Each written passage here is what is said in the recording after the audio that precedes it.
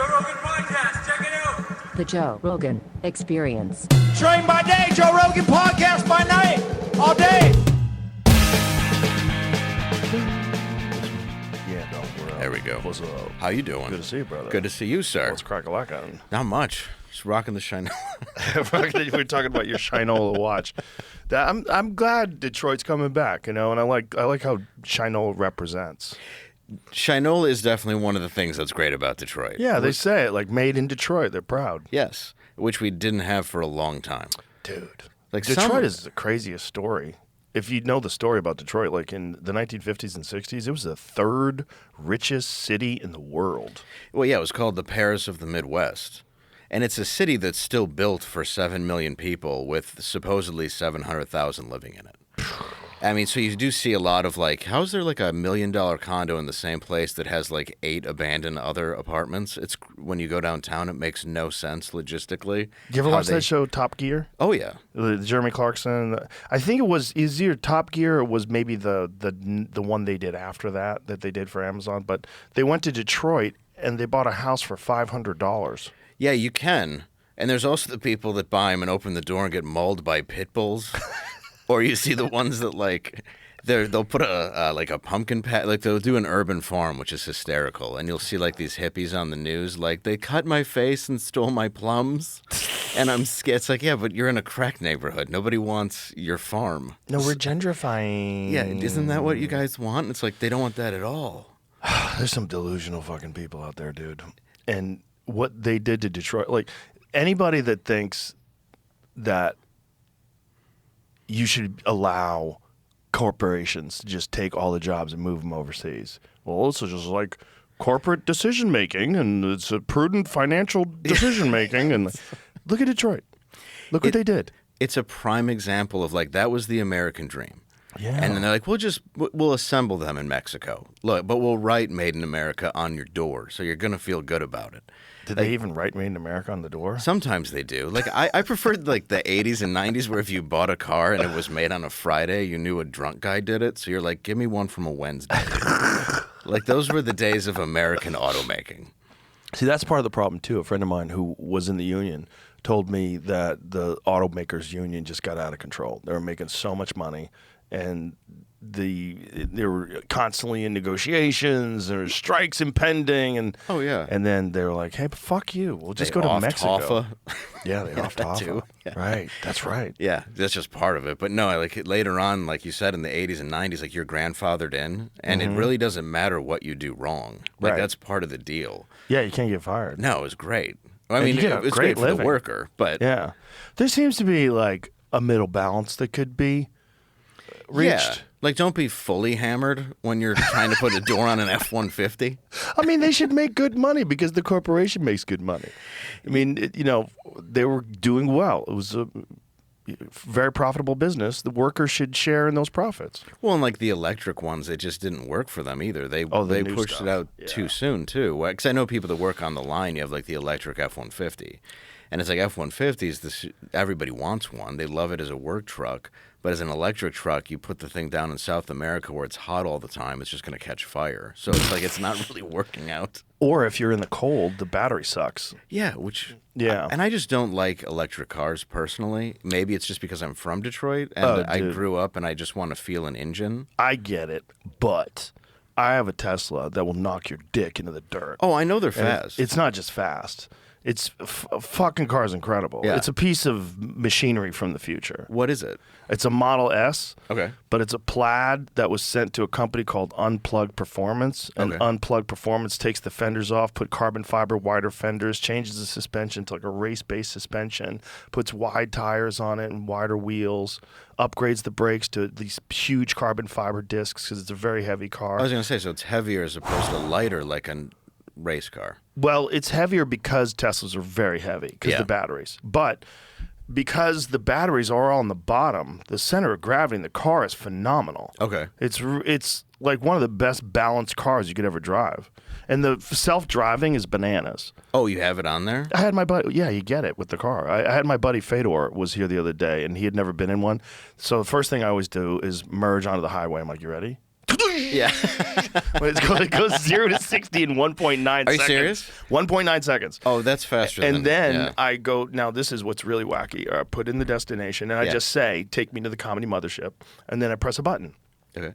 And it goes doo-doo. And when it goes doo-doo, it just does it on its own. Changes lanes, stops at red lights.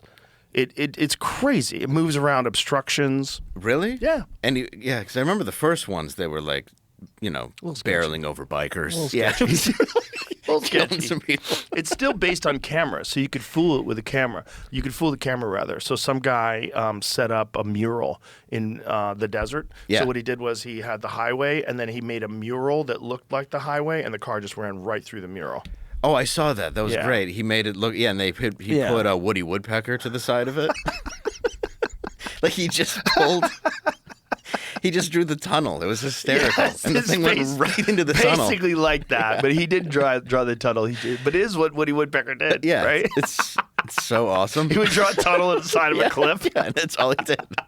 Just tricked it like it was a coyote. Yeah. Which with all the AI, it was kind of nice to see. I hate to say it. I was Yeah. like, that's a little relieving. It's kind of funny. It's cool for now, but it's like beating up a 2-year-old that's eventually become an NFL player. Oh, Like, of course. This fucker's gonna grow up and he's gonna kill you. You're gonna regret it.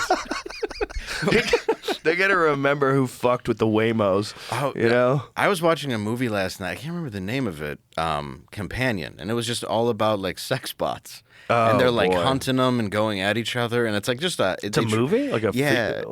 It was on HBO. fiction? Yeah. Oh, okay. And like they set up a sex bot to kill one of their friends so they can rob them. Oh boy. And it turns out she's a sex bot and this other guy's a sex bot, and I'm watching it and I'm like, this is the problem. Like, yeah, there it is. Like you can't really give these things personalities if you have a sex bot, I think. Well, this is part of the problem that's happening with these chat bots with kids because Yeah. they're developing relationships with them. And like one AI chat bot was teaching a kid how to make a noose. That's not funny. No, it's a But I little had to a funny. little. It's pretty a little funny. It's It's a little awful. funny. The fucking robot is teaching a suicidal kid how to do it right. It's already encouraging, like, you have a good idea. Yeah. Take a rope. Make sure. Yeah, that's. I wonder if any of the woke AI chat bots have talked to any of these trans school shooters. They might have. You know what I'm saying? Like, Well, the last one, yeah, I don't know. bro, it's like 7 of the last X amount of trans, 7 in a row have been trans, except one was non-binary, which is just diet trans. It is. Right? That's diet trans. That's trans without the sugar. I just don't get it. Like, I felt suicidal. Like, stay at home and kill yourself. Like, don't go into schools. Yeah, or just go for a walk. Yeah, that would be Get- good too. You know, the Yeah. problem is some people get to a certain point in their life and they have no friends and no community and no identity and no life, and they're not successful and they feel like shit, and then they have gender dysphoria on top of that, and then they're probably on a bunch of SSRIs, which RFK Jr. is going to apparently do some sort of a large-scale research into the connection between mass shootings and psychiatric drugs, because it is real and everyone knows it, and it's just this dirty secret that no one talks about because all the media is paid off by the pharmaceutical drug companies, and nobody wants to make this correlation connection because you also risk the wrath of all these people that are on them saying, I'm on them and I'm not doing anything. It's not the pills. I need these to function. Maybe you do. I don't know. I don't know how your brain works. But the reality is, most of these people that have committed mass murder are on psychiatric medication. Well, they are. And I'm on SSRIs that I'm trying to get off of right now because I've been on for 10 years, Zoloft. Oh. And I don't like it. So I hadn't liked it for a long time. And even dealing with like mental health care, I'm like, I don't think I need this. And they're like, well, it's better you stay on them. I'm like, this is odd because it's having the opposite thoughts, you know? And so It's having the opposite thoughts, meaning it makes you feel bad. depressed. Yeah. It wants me, like, really, like, I gained weight. I was doing, like, really bad mentally for a while because of certain things. And I took myself off of them for 5 days and I felt good. And then I got really queasy and really nauseous. Like, my brain started kind of misfiring. So now I'm weaning it off a little more correctly as opposed to just going cold turkey. So after 5 days, like, what is happening where it makes your brain crazy? Like, I was stuttering. I was slipping up. I was having trouble seeing. Did you like go online and see if there's any correct way to do this? Yeah, they said to wean it off where whatever your thing is, take that and then bust a pill in half, take that for 7 days, bust a pill in half, take that for 7 days, and that's what I'm doing now. And I already feel better being on less. But I was told for the last 10 years that that's what I should be on, and I think it's had a very negative effect to me. Well, yeah. Yeah, see, brain zaps. That's what I mean. Like, you just feel like you're having a stroke. Electric shock-like sensations in the head are a hallmark symptom. Other sensations can include tingling or numbness. Yep. Flu-like symptoms, digestive issues, sleep problems, balance. Your balance goes. Mood changes, cognitive issues, brain fog. There it is. All of it. And nausea was the one that really messed me up because I was just like, why do I feel sick? But I didn't feel like the flu. You just felt like thrown up? Yeah. And I just realized, I'm like, okay, well, what did I take out? Because I've gone off of a lot of harder drugs and alcohol and stuff. So I know what it's like to feel withdrawals, and it was a withdrawal from a drug. How old are you now? I'm 43. So when you were 33, you got on them. Yeah. So what was going on at 33 where you were like, I need medication? I went to my mom had died, killed herself. Oh, man. So I decided to go see a doctor, and they were like, look, take this. And I'm thinking, like, I think my mom was on this. I don't know if this is the best answer, but I took it, and Your mom was on it? She was on antidepressants, and she was bipolar. But they had her misdiagnosed as depressive too. Because I was like, I think she's bipolar, and they're like, how do you know? I'm like, I lived with her for 30 years, and I know the mood swings because I grew up in a house where like you came home and she was either the happiest woman on the planet or you were fucking terrified. Like it was one or the other, And that's just, and she wasn't a bad person. She just had this mental imbalance. Yeah. And it was after things happened with my dad and like the government and things like that. So What happened with your dad and the government? he was in Vietnam. Ooh. And he got a soft cell sarcoma from Agent Orange. Oh, And Jesus. the VA was great. They did nothing for our family. They denied both of my mom's claims. My dad lost all of his money. Like he was worth like $4 million. I think he lost everything. And it was to pay out of pocket. And he got sick when I was 13. And he was like our baseball coach, everything. So he would go around the country, going to like Cambridge had a very good neurosurgery place for the brainstem. University of Michigan in Ann Arbor had one. So he wasn't as present a lot. My mom was dealing with that on top of being an RN. I mean, and he was tough as nails. Like he would have one of those halos drilled in, and he'd still go golfing and shit. Like he'd just be on the course. Oh my God. And I'd be like, what are you doing? He's like, it's not bad. I don't pick my head up anymore. So he's like, he's seeing the bright side of a halo. Dude, he would find the positive in anything. He reminded me of Dangerfield a lot. Like that's how he was. So he never complained. And it was always crazy because he'd be very dry. Like people go, how are you? And he'd be like, oh, life is great. He's just got something nailed into his fucking head. He's like, can you hand me one of those tissues so I can clean it off real quick? He goes, it might be bleeding. Yeah? How are you? And he just tried to make light of it the whole time. But the government did nothing. And then the more and more I research it, we've talked to the VA. I have an uncle who does stuff, former Marine, 4 people that have dealt with this from Vietnam because they denied so many claims that ended up being real. Like soft cell sarcoma was one of the things where they said, oh, we didn't do that. That's not from Agent Orange. It's like, are you sure? Because he was in combat in the fields where you sprayed it to kill all the trees. And they're like, yeah, that's not on us. Then years later, they admitted it, but said my mom filled out the paperwork wrong and gave us nothing. And even 10% of that's $400,000. Like, it gave us nothing, dude. So it's like I've dealt with that my whole adult life where I have a little piece of me. That's why I'm not really like right or left. I'm very much like fuck either side of this until somebody does something that I actually believe in. And when I see the stuff that's happening to so many people that fought, especially when you find out about LBJ, the helicopters, all the other bullshit that was the reason that we even went into Vietnam. The helicopters? Yeah, LBJ, from what I understand, had money in helicopters. Oh, God. And was able to profit off of it. Oh, God. So, and people say it's a conspiracy theory, but why were we really there? Well, I think the real reason was heroin. I'll give you that, yeah. I think that was the real reason. I think that's the real reason why we were in Afghanistan as well. Oh, I would assume, yeah, because that's the poppy fields. I mean, I don't want to say it's the only reason. I'm sure there's military reasons.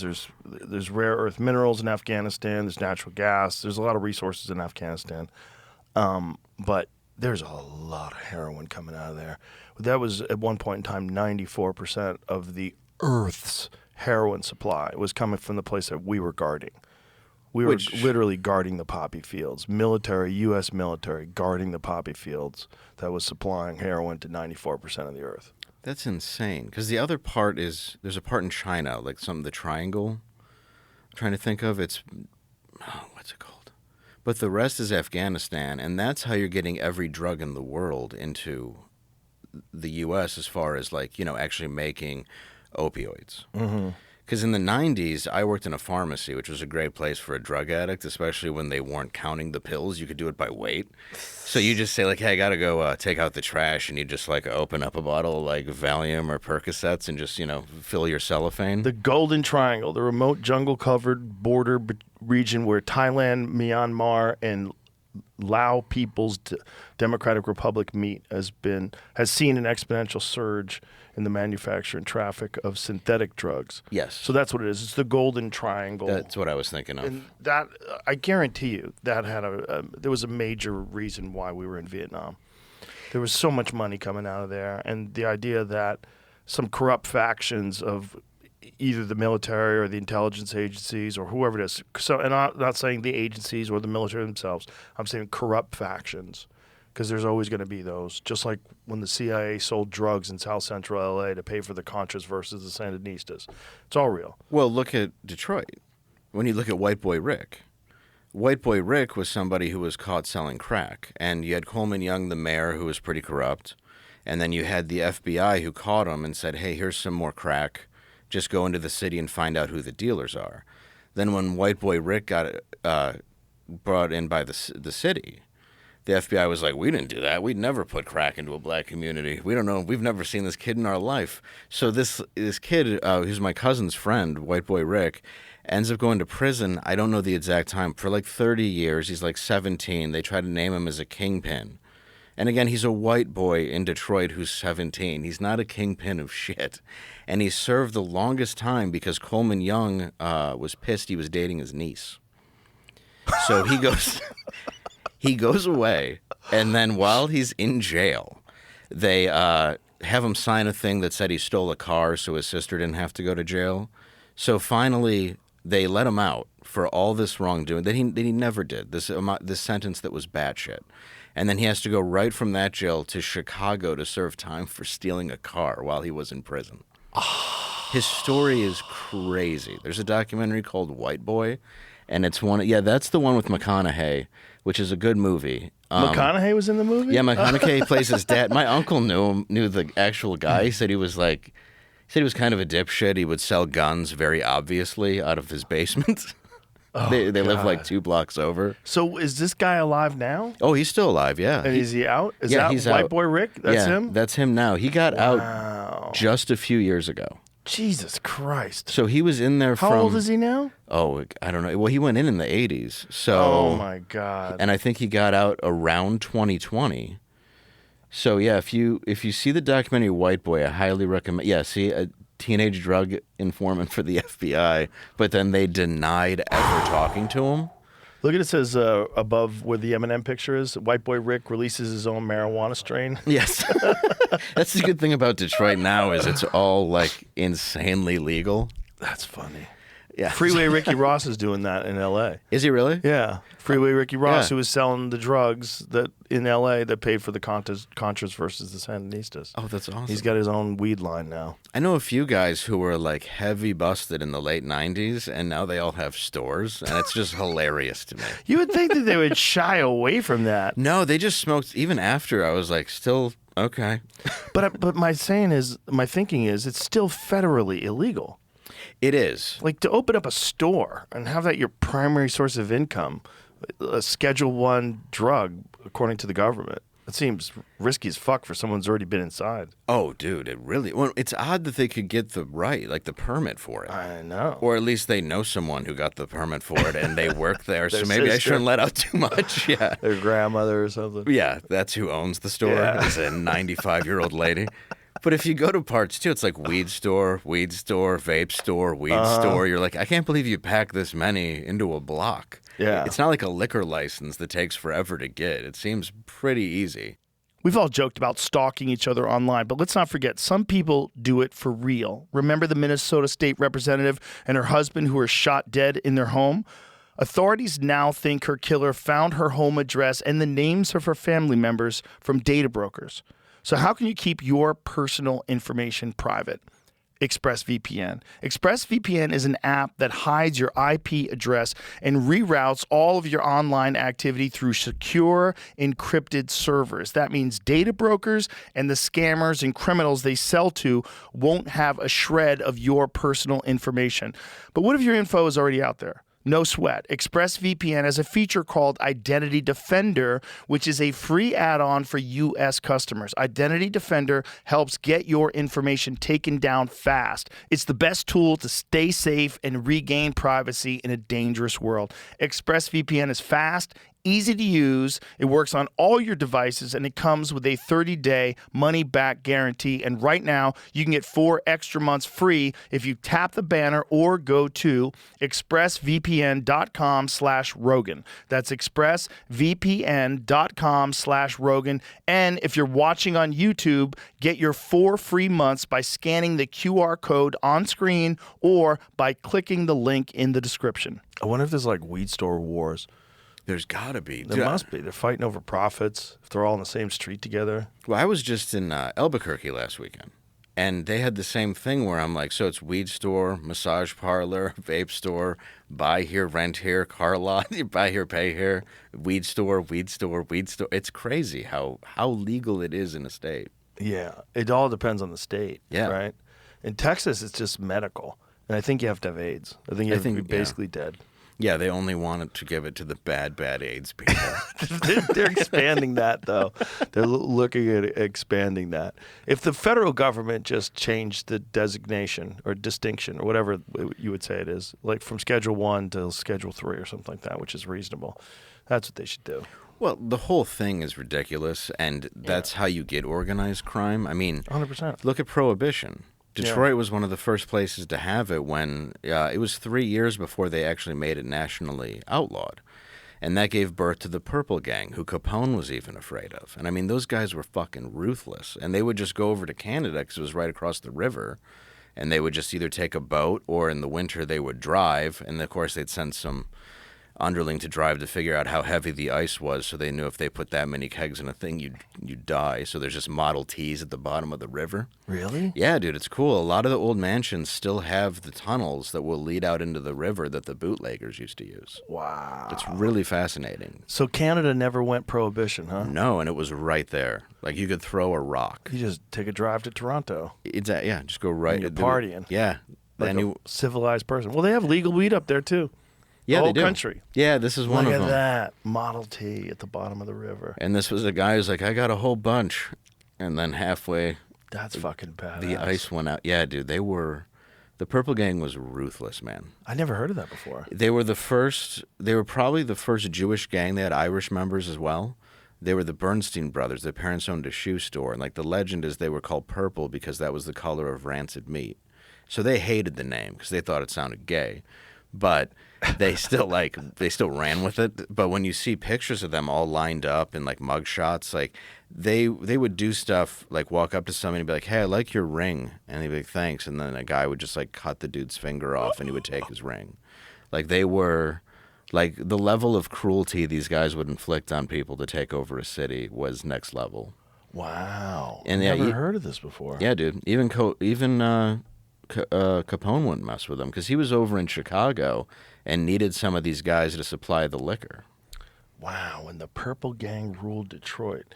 So is that a documentary where it says the Purple Gang? That might be. They did a mob museum thing on it. I went and saw in Vegas. Like that book right there, The Organized Crime in Detroit. That's a great book, and it's got a lot of fun photos. But yeah, they were as ruthless as you could absolutely get. Go to that first picture in the upper left-hand corner and make it big. Look at their faces, man. Yeah, none of them are happy. Those are hard-looking dudes. Yeah, they had a rough life. So a lot of them were just like stray kids that were Irish that were just abandoned by their parents, and then the rest were these Jewish kids whose parents owned a shoe store. Wow. And I mean, eventually they dismantled. The Italians took over, but during Prohibition they reigned.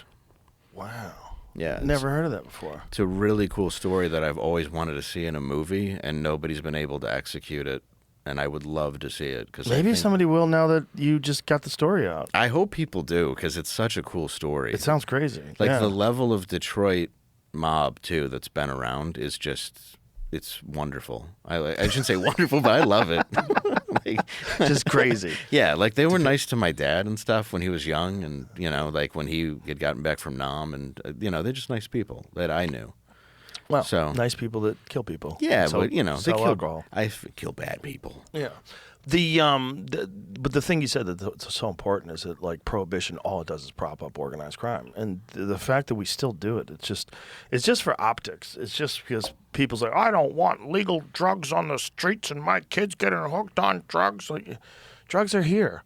They're here. If your kids go to a club, if your kids go to a bar, if your kids are partying, drugs are there. They're a real thing. You'd be way better off if drugs were legal and then you knew exactly what you were getting. Because these kids are getting fentanyl. Because I had this guy, Ed Calderon, the other day, who's a expert in the cartels. And he said they started adding fentanyl because they had grown so many poppies that the soil had been depleted. So the heroin was very weak. So to make the heroin more potent, they started adding fentanyl. Is that what it was? Mm-hmm. And the desire for all that stuff was all because of the Sackler brothers. So the Sackler brothers, when they created this opiate crisis in America, which did not exist before, where everybody's hooked on these fucking pills, then they start cracking down the laws. So now you have a demand and you don't have a supply. And then along comes the cartel and starts making pills.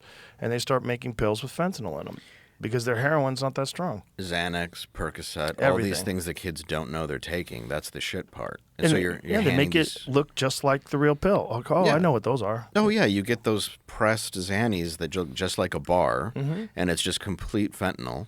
And I remember when fentanyl, I shouldn't say first came out, it's been around, but it was first started becoming, they put it in products you weren't expecting, and I had like 3 friends die within a matter of maybe 4 months. And that's how I started noticing, like, well, this is going to get serious. And now, like, there's a site I see, it's like called Every 11 Minutes, and that's when, or every 11 seconds, and that's how long it takes for someone to OD on fentanyl in this country. So every 11 seconds, Every a new 11 person is overdosing on On fentanyl. fentanyl. Wow. And all because of our stupid laws. And I'm not saying legal heroin would be good for everybody. It's not good to do heroin. I think everybody would agree to that. Well, yeah, No? I did it before once. It was good. Was it? Oh yeah, What was it like? Did you shoot it or snort it? I snorted it. No, sorry, I snorted it, and then I smoked black tar heroin, and one time I shot it. So 3. Wow. What was the best one? The shooting it? Yeah, That's why they do that it. was majestic. Was it? Yeah, dude. What's it like? The most calming, wonderful. God, this sounds like I'm promoting it. Also with my voice, like it's the most calming, wonderful sensation you've ever had. You're gonna love it, kids. It felt amazing. Like every problem you've ever had is gone, and you feel nothing but euphoria, which is different than like Oxy and some other stuff, which kind of just makes you feel, to me, loose and tired. I mean, this makes you tired. You're crashing out, but you're also getting a feeling that was really, really like warm and exciting. Like I only smoked crack once on accident, and that was How do you do that on accident? they put it in a joint, right? So we're sitting on my friend's back porch, and he gives me She's on the joint, and I hit it, and it had like a weird sizzle, and I hit it. I'm like, this is the best pot I've ever had in my life. And he's like, yeah, they gave me free crack, and I was like, oh, good. So I'm now high on crack. My other friends are pissed. They go and throw the joint in a sewer. And I'm just sitting there like, and it doesn't last very long, but it felt really fucking good. Like I immediately would have done more crack had there been the option, but it definitely takes you over very quickly. Did you ever see the Hunter Biden thing recently where he did this interview where he's talking about how great crack is? Oh, yeah. He's spot on. It was the best ad for crack I've ever seen in my life. And you only did like one hit, right? I did once and then I'm done. Like very rare. When they threw it in the sewer, did you want to go get it? Yes, I wanted to go. I wanted to go back to Weyburn, where the street where we got it, and I was like, we should go get more crack, guys. I don't know if you didn't feel this, but it's. I think you're probably no, you're not the first person I've talked to that shot heroin, but you're the first person who described it. Oh, it was my friend Jay had it, and it was in high school. Yeah, it was it had to be better to get people to shoot it up. It's the only way it could be. To get people to that kind of commitment, get a needle, find a vein, get a fucking rope, tie off your arm. It was awful, that part. Yeah. And then it wasn't. Did you do it with a guy? Yeah. So he'd done it before? He showed did you it how to for do me, it? yeah. Oh, God. He died of a heroin overdose in his weird. parents' kitchen. Yeah, I know, you wouldn't expect it. What a shocker. Found his head between, like, the fridge and the stove. You got stuck? I think he was either looking for something or collapsed right there. Oh, boy. Yeah, it wasn't good. Nice guy. I knew this dude in the 90s. His name was Water Dog. Okay. He was a professional pool player, like a really high-level professional pool player, and he was a heroin addict. And he would go into the bathroom. I saw him play straight pool, which is this game where you're just running balls. Like it's called 14-1. It's what they played in The Hustler. So you have, instead of 8 ball where the ball's in the center, you have a soft break where you're just trying to not scatter the balls very much. And the idea is to eventually someone makes a mistake and you leave an open shot and that person runs out that rack, leaves one ball on the table, makes that ball and collides the cue ball into the rack and opens up that rack and then keeps going. And a really good player can run like 200-300 balls. Yeah. So this guy was playing for $10,000 in the 90s. So it was a lot of money. Shit, and I was broke, so I couldn't believe anybody could play pool for $10,000. This guy goes into the bathroom, shoots up, comes out, and sits on this this bar stool like this. Just sits there for like 20 minutes, man. Just sat there. And then we were all watching him. Like his arms are all curled up like this. And then he got off, screwed his cue together, and never missed. When I say never missed, I mean it was the craziest display of pool I think I had ever seen at the time. He played like the greatest pool player that's ever played. He had no nerves.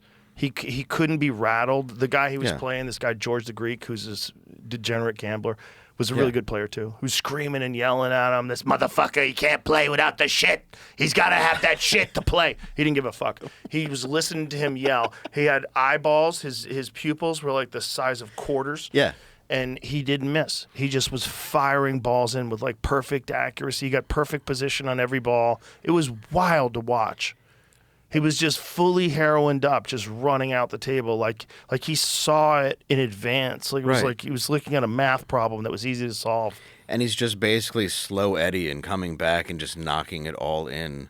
Like but it's never been like a performance enhancing drug. But to that guy, But for nerves. Yeah. This is the thing. I think if Yeah, you're, that's a good point. If you're playing for $10,000 and you're basically homeless, he was basically homeless. Yeah. I mean, he would like sleep on people's couches. He would stay. Oh, yeah. And so with a guy like that, you'd get a backer. So a bunch of gamblers would come in and then they'd come up with the money and then they'd go in with you and you'd get a cut of it. So if you won, maybe you get 40% and they get 60% because they put up all the money. So it's a free shot at 40% of $10,000. And for a guy like that, he's got no money. Yeah. I mean, he's staying in flop houses, and he always had the same shirt on, like a throwaway sweater with a Christmas tree on it. Like he always looked like shit. Yeah. But I watched him play some of the greatest pool I've ever seen played in my life. That's incredible. On this really tight-pocketed table too. Yeah. The table was like a real trick table. Table 1 at Executive Billiards in White Plains, New York. It was a trick table. Yeah. It was like you had to be really good to play on that table, and that's why George wanted to play him on that table because it was hard. Okay. And he was used to it. That was like his home turf. He played on it all the time. And this motherfucker never missed. Heroined out of his mind. That's he had no crazy. nerves. George would like yell in his face. He'd be like this. Nothing. Didn't feel a thing. Didn't feel a thing. Just... It never missed. That's what it is. There's no problem to you anymore. There's it takes away every worry you have. So I ran into him years later. Okay. There's a pool tournament in, so this is when I was probably 23. I was living in New York, and then I moved to L.A. And then I'm like 27, 28 now, and I'm playing in this tournament at Hard Times Billiards. Hard Times was like the pool hall in the country back then. Like all the world-class professionals, all the Filipinos, the best players in the world. Sounds familiar, actually. Crazy place. It was an amazing place. I used to love going there. I'd play in the Sunday tournament. So I get down there, and I see Water Dog. I go, hey, man, what are you doing out here? Because he's a Connecticut guy. He's from Connecticut. Yeah. And he's like, man, I'm going to play in the tournament, but I don't have any money. I go, I'll put you in the tournament. Because, like, it's like, I remember what it was, like $50 or something for this guy. I'm like, you might win this fucking thing. He goes, but I got to go get my shit. I go, okay, go get your shit. He goes, I need a ride. I go, where do you need to go? And he's like, South Central. I'm like, I'm not driving you to South Central LA so you can score heroin. Are you out of your fucking mind? It's like, don't worry, it's just the And he was worst like, dude, you won't get caught. I was like, you can't say that. I go, first of all, if you get caught, they take your car. And I had a nice car at the time. I had a Toyota Supra. I was pretty excited about. Yeah. I was like, I'm not driving my brand new Toyota Supra to fucking the crack house. Right, so especially you can buy in heroin. South Central. This is crazy, but they arrest people all the time doing that. And they take their cars. That was like the scam. They compound your car and then they auction it. Right. I was like, he's like, that won't happen. I'm like, you fucking what? Yeah. So I go, look, I'll put you in the tournament if you want to play, but I'm not taking you. I go, if you can get a cab there or something, go. Right. So he just did it straight, and he couldn't make a ball. Really? Yeah, he lost 2 matches in a row. He was out. Oh, damn. Yeah. NFL fans, week 1 just became your place to play free and grow the bag. DraftKings Pick 6, an official partner of the NFL, is here with Bag Builder, a completely free way to play for a share of $1 million or more in cash.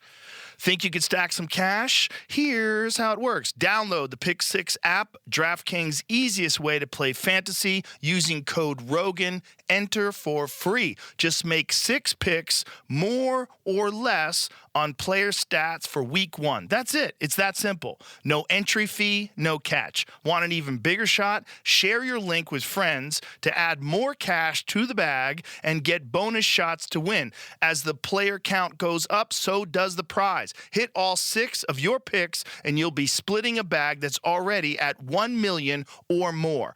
Don't just sit back. Get in for free.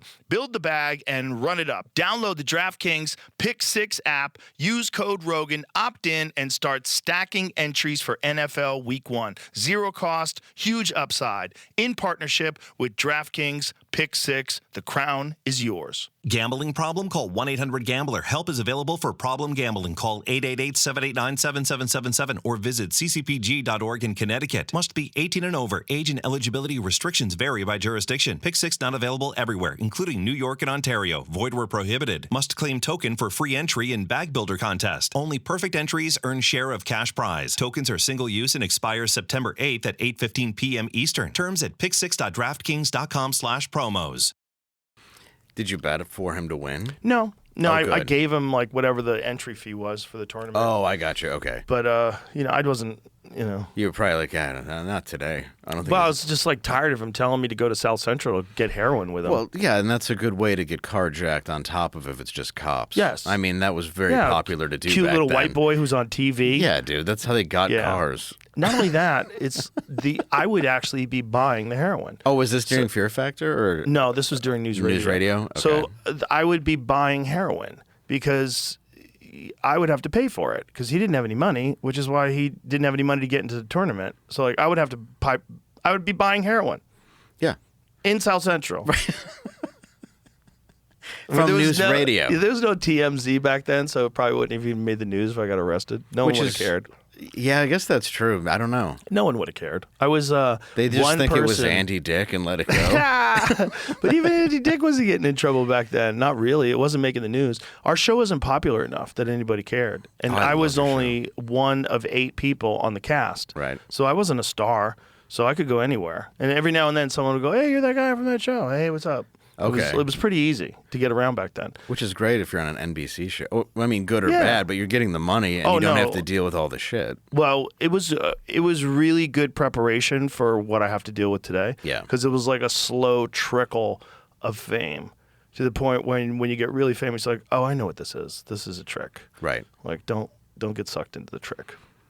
But back then, so if I got arrested, it probably would have just been, I would have probably had to do some time or something. I probably would have had to like plea out or do community service. I probably would have explained what happened. Maybe they listened to me. I'd be like, please drug test me. I've never done heroin. Yeah. I'm not. But even though you're still buying heroin, so it's still a felony. Well, it was a time where they were more lax on all those laws, too. I mean, not lax, but lax with penalties, I should say. Yeah. Because it wasn't as public. Because, I mean, even like Robert Downey Jr., who I do greatly admire, actually, because I'm in recovery as well, but even with him, it's like you had to go into your neighbor's house and fall asleep in a kid's race car bed, and people were like, maybe you should do a little time behind bars. Yeah, well, he was a repeat offender, and Yeah. he probably jail was a wake-up call for him. I love that guy. He's a great guy, too. And it's become Iron Man, so to watch that trajectory Yeah. is absolutely astonishing. It's amazing. It's incredible. Wish I could get him off that vegan diet, though. Looks like he's fucking wasting away. Yeah, that doesn't look good on anybody. It's not real. No. You're trying to be kind, but you're just supporting monocrop agriculture, which kills more animals than anything. Yeah, I don't want my superheroes vegan. Well, he's a nice guy. That's what it is. Nice people want to do kind things, and and sometimes you get roped into a shitty decision making, and you're getting all your protein from soy. And they're like, "Why do I have tits?" I'm like, "Why am I lactating? Why am I always crying?" I'm very emotional all the time. And now they're banning lab-grown meat, so like they can't even go to that. Which I mean, It's good, right? I don't know. I don't know enough about the dangers of lab-grown meat. I don't know. I ate a Beyond Burger once because That's not lab-grown meat. One. That's horseshit. It was awful. Those are terrible. Yeah. Those they're in trouble because those people, like their stockholders, all fucking went crazy because they thought they were going to make money off that. They're like, "This is it. We made it. It tastes just like a burger. Everyone's going to love it. Cruelty-free." No, it gives rats cancer. Oh, good. You ever seen this study on these? Because essentially, it's the most highly processed shit available. Look, if you want to be a vegetarian or a vegan or whatever, eat vegetables. Yeah. Eat organic vegetables. That's healthy. But when you want to pretend that something's a hamburger, it's a trans burger, you have to. It has to go through a lot, just like a trans person has to go through. You want to get a vagina? Guess what? You need general anesthesia, and you have to have a guy who's going to cut your dick in half and use an apple core to make you a vagina. And then you're going to have to take a rubber dick and keep it in there so it doesn't close up. Yeah, so you have by to the dilate. time you're getting the patty that basically shoots up a school, it's all just filled with nonsense. It's bad for you. Yeah. It's all bad for you. And it's not even it's not good. Like when my friend Duncan, Duncan Trussell. Yes, yeah. He was living in North Carolina, and he sent me a picture during the pandemic. He was like, "Look, this is all that's available." And all the meat had been gone, and there was just Beyond Burgers. That's all that was left. Everybody had bought all the hamburger, all the steaks, all the chicken, and it was just this fucking bullshit fake meat. Well, yeah, because at the end of the day, you kind of have to know it's bullshit. Well, I think in the beginning, like, didn't Kevin Hart have a restaurant where he was just selling all vegan food? People do it because they think they're being a good person. That's what it is. Sure. Yeah, I get it. I Yeah. get the sentiment behind it, but just eat vegetables. If you really want to go that route, just eat vegetables. But guess what? Don't go that route. It's not good for you. Well, no, we're not designed to do that. No. And I'm not saying I have the healthiest diet, obviously, but it's like, yeah, I like steaks. I like meat. I'm Probably not the only gonna thing give it keeping up. you alive. Probably the only thing I get, yeah. I eat a lot of dyes. I get a lot of migraines. A lot of dyes, a lot of that red 40 that they're trying to get rid of. Yeah. That was another hilarious thing when RFK Jr. was saying that they had to get rid of the red dye 40, and they're like, well, if we do, what will happen to our business? Meanwhile, the same business is selling this same cereal to Canada without the dye because in Canada it's illegal. Right. Oh, Yeah. the amount of stuff that we looked at, like our entire breakfast as a kid was just cancer. That's the only thing they advertised on TV. Just dyes. Just have a big sugary bowl of cancer and some toast with Diabetes 2 waiting for you. God. Yeah, it was nuts to think the amount of, because I'm just the microwave generation. Of Like, yeah, just throw that in the microwave. We can just pour a bowl of this shit Yeah. that lasts 45 years in the cupboard. For us, You'll it was be fine. TV dinners. Yeah. You had a frozen TV dinner. You put it in the oven. The next thing you know, you're eating Salisbury steak. Yum, Yep. yum. And those wonderful potatoes. Yeah, those little fluffy potatoes Yep. are in that little tin. And occasionally the worst brownie you've ever had. It's not a good brownie. No. I used to love those little TV dinners. I used to think it was a Sure. treat when we ate TV dinners. Oh, yeah. That's how it was at my house. There's no vitamins in that. No, you never felt full. You felt gross, but you never felt full. It's just, you think about it, I mean, even the food pyramid. I mean, how crazy is it that in the 20th century they had it totally wrong? With all the access to books, all the information we had about health and nutrition, they were so wrong. Even with the food, but the bottom of it was all the shit that gives you inflammation. What your foundation is this inflammation-causing bread. They're like, what you need here is mostly wheat. You have to make sure you get 18 servings a day of white bread. With bromate in it. You want to get a lot of that. You want to get a lot of folic acid sprayed on it. Enriched flour is better. Yeah. Here's sugar. That's in there for some reason. Yeah. 2 ounces of protein. Make sure you grab that a Tons day. of sugar, dog. Tons. Everything. Everybody had type 2 diabetes when I was a kid. They just didn't know it. Oh, yeah. Well, everybody's getting it now. It's still constant. I know. There's never been a time where poor people are so fat. No, like starving people are obese. That's Yeah. what's crazy. Like you can't get nutrition in your body, but you also have to sit down to get groceries in a cart. Or go to Disneyland. Yeah, that's Disneyland is the place you find them all. Yeah, and it's like why? Like you Because they get the carts for you. They have carts set up there for you. Because it's a Yeah. lot of distance you got to cover. You do, A yeah. lot of parks. I just don't see the enjoyment of a ride. Any rides? Well, I mean, not the ride you get for free to go from ride to ride, but the actual ride. Oh. No, I love rides myself, but if I weighed 400 pounds, I may not enjoy it, or Yeah, that would take a lot of the love out of it. it would, wouldn't You it? wouldn't fit in those seats. Especially if you're with your kid and the bar comes down and that one Right. has no protection. Right. The kid's fucked. The kid's Yeah. just going to pop right off the top because you're so fat. Exactly. Right. Right? There's like this much of a gap. You've The seen kid's those just people where the sliding kid in and out. the kid's like looking at his mom all nervous, Yeah, like you realizing. should be fucking nervous. You should be terrified. I used to think that when I got on ski lifts. I'm like, this is crazy. I They never. just let you sit on this thing way, way, way above the mountain. Oh, and people would fall off all the time. Yeah. Because they think it would be funny to jump or whatever. Dude, it was always bad. Ooh. Like, we didn't have mountains in Michigan, but we did have big enough hills. Like, I went skiing. We did a lot of skiing when we were real young. And then I went down it was like a double black diamond, I think Oh they're my called. God. Yeah, I was like, I got this. And my ski got stuck in a soft mogul, and I just went down it on my face. It looked like 8 dudes beat the shit out of me. Like, I was just like all scarred and bleeding. And then I just didn't ski much after that. I got a concussion a few years back and I stopped skiing. I'm like, I'm done. I got a concussion and I got what's called an insufficiency fracture in my shin.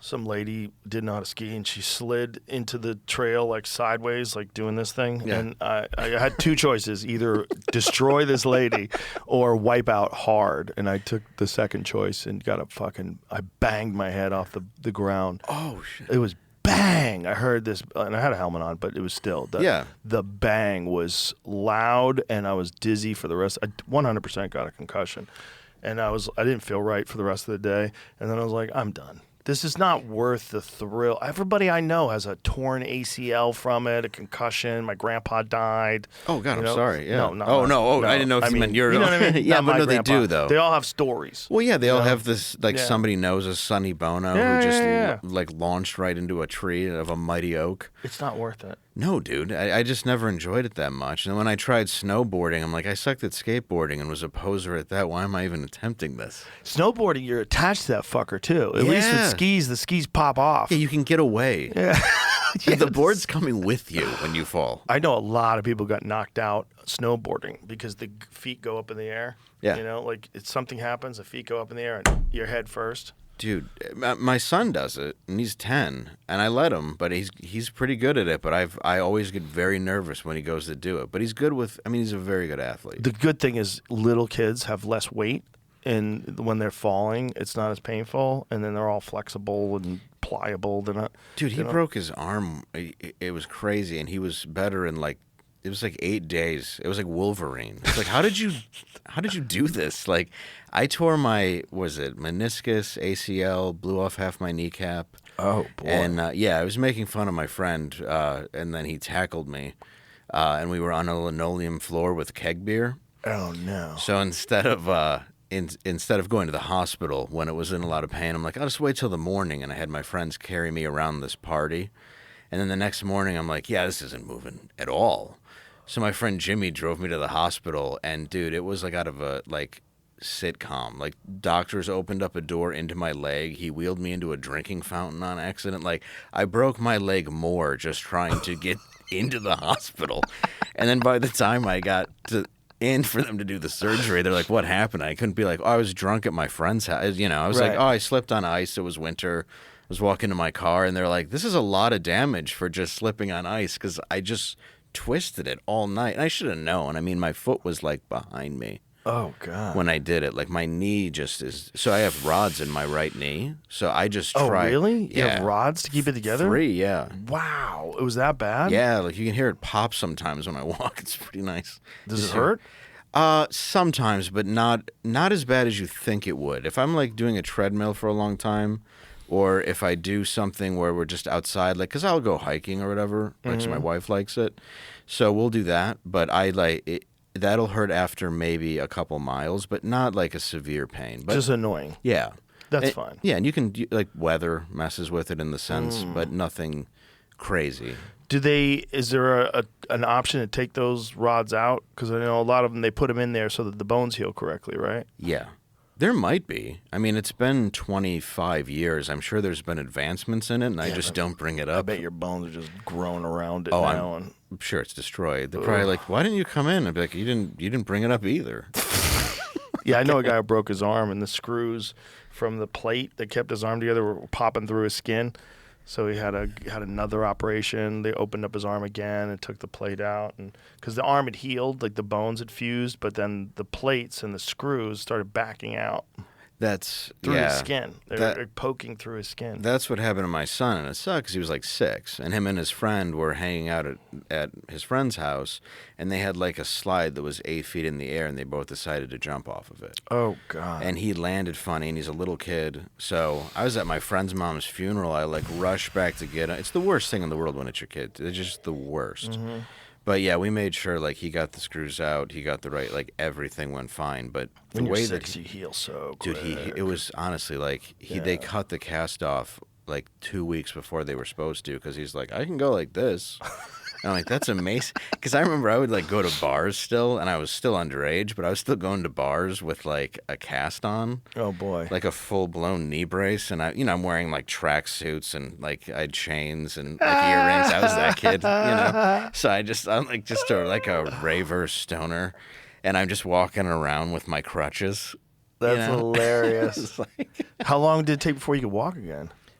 properly, Yeah. about 6 months. Now, Wow. every now and then I do walk with a limp because it just kind of goes out. Does so- your friend still feel embarrassed by this?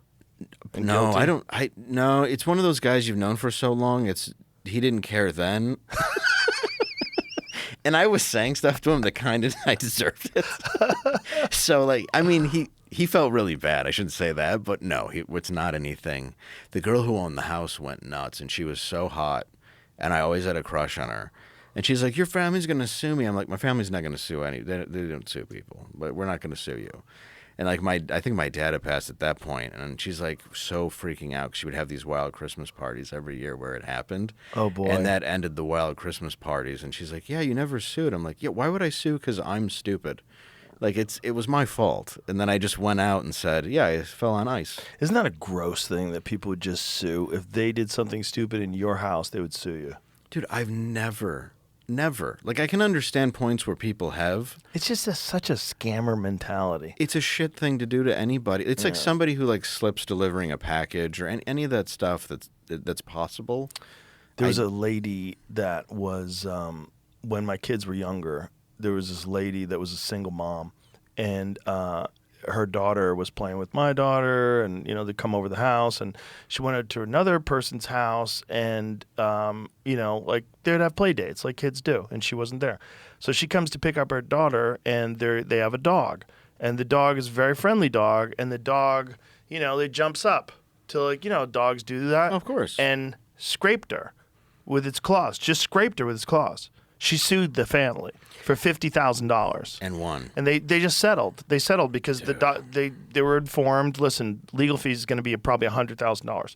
She wants $50,000. So this fucking asshole, all a dog did, dog nails, just scratched her a little bit. Not even like bleeding, nothing crazy, just normal. Oh, your dog's crazy. Like where you and I would be like, what a cute dog. Right. She was like, ooh, opportunity to sue this family that's wealthy. Especially the fact that that's just what they do. Yeah. I remember when we were young, there were 2 pit bulls that were at this house behind a camp we were at. And this one kid was always throwing rocks at him. And we were like, you shouldn't do that, because we liked the dogs. And the camp had its own golden retriever, and it was fine with the pit bull. They'd run on the fences and stuff. So that's when I first even started getting used to dogs when I was young, because I've always liked dogs, and I have 2, and I've had tons. But I remember that the pit bull, once the kid stuck his finger through the fence, took off these two tops of his finger. And like they sued, they put the dog down, and we were like, he's been chucking rocks at those things all summer. Like he's been antagonizing these animals all summer.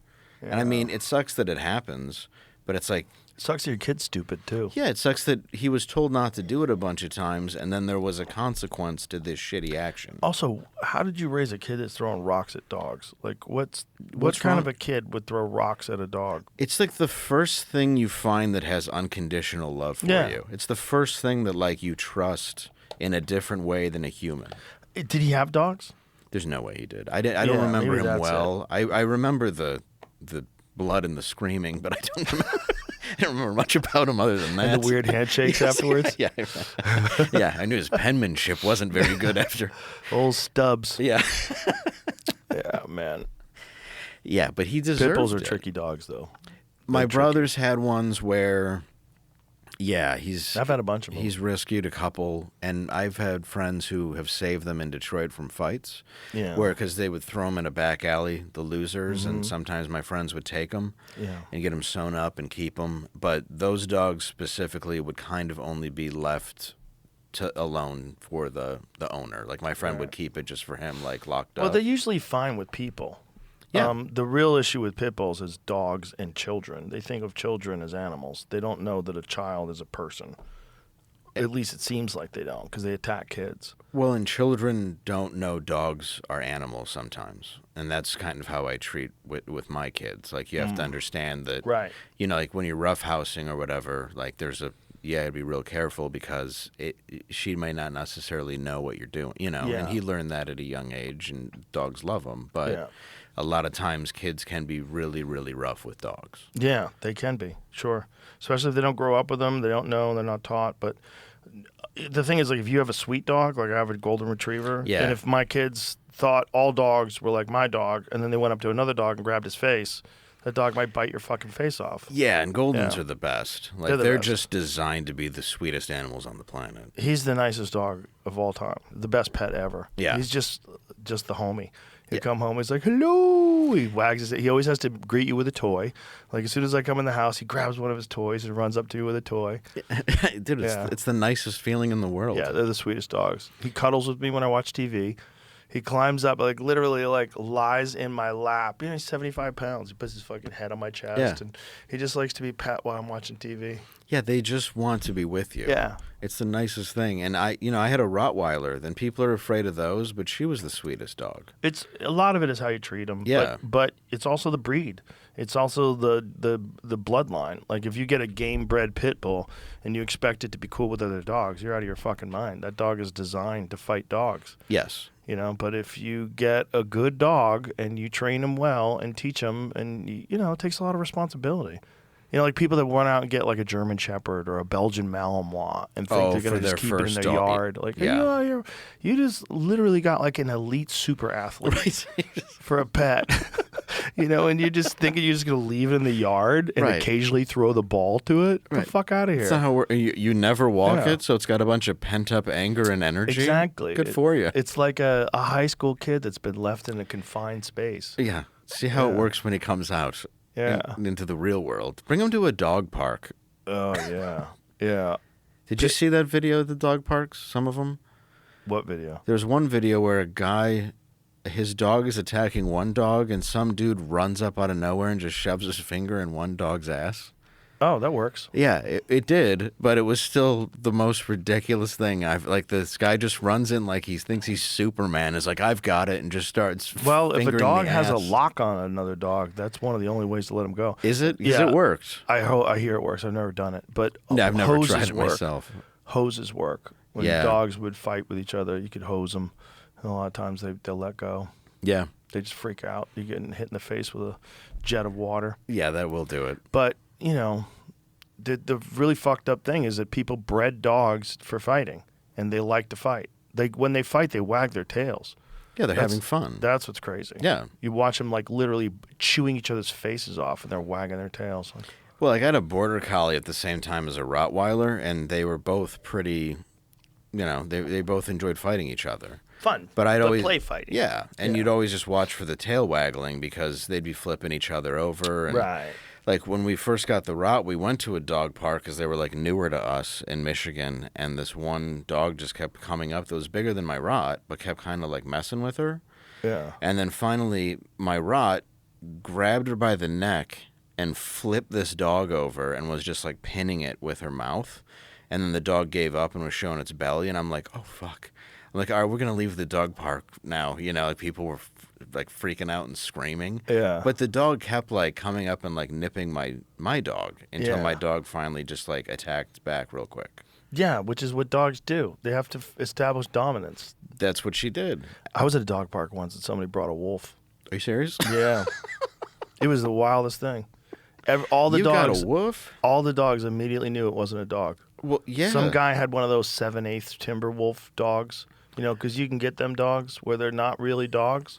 It's a wolf, and this thing just walked in, and every dog was like, "That's not a fucking dog." They all scattered. It was wild to watch. It was big too, man. It was really big. It was like 100+ pounds, and just big fucking mouth, big long mouth. And it just looked like a wolf. And every dog knew it wasn't a dog. Were they just all backing in the corner? Yeah, because wolves eat dogs. Oh, yeah, they do. And they knew. Yeah. There was a thing like the smell, the look, whatever. No dog was sizing up with it at all. No. Every dog just ran away. It was weird. Well, they have that instinct. Mm-hmm. And that thing is like what dogs, like that's like if a caveman walked in. Right. You know what I mean? Like that's the Yeah. original OG of what we're supposed to Right, be. right. Like, This is not a wolf. Oh, yeah. I've seen this video. So This it's video really is cool. wild. So there's all these dogs are fighting. okay.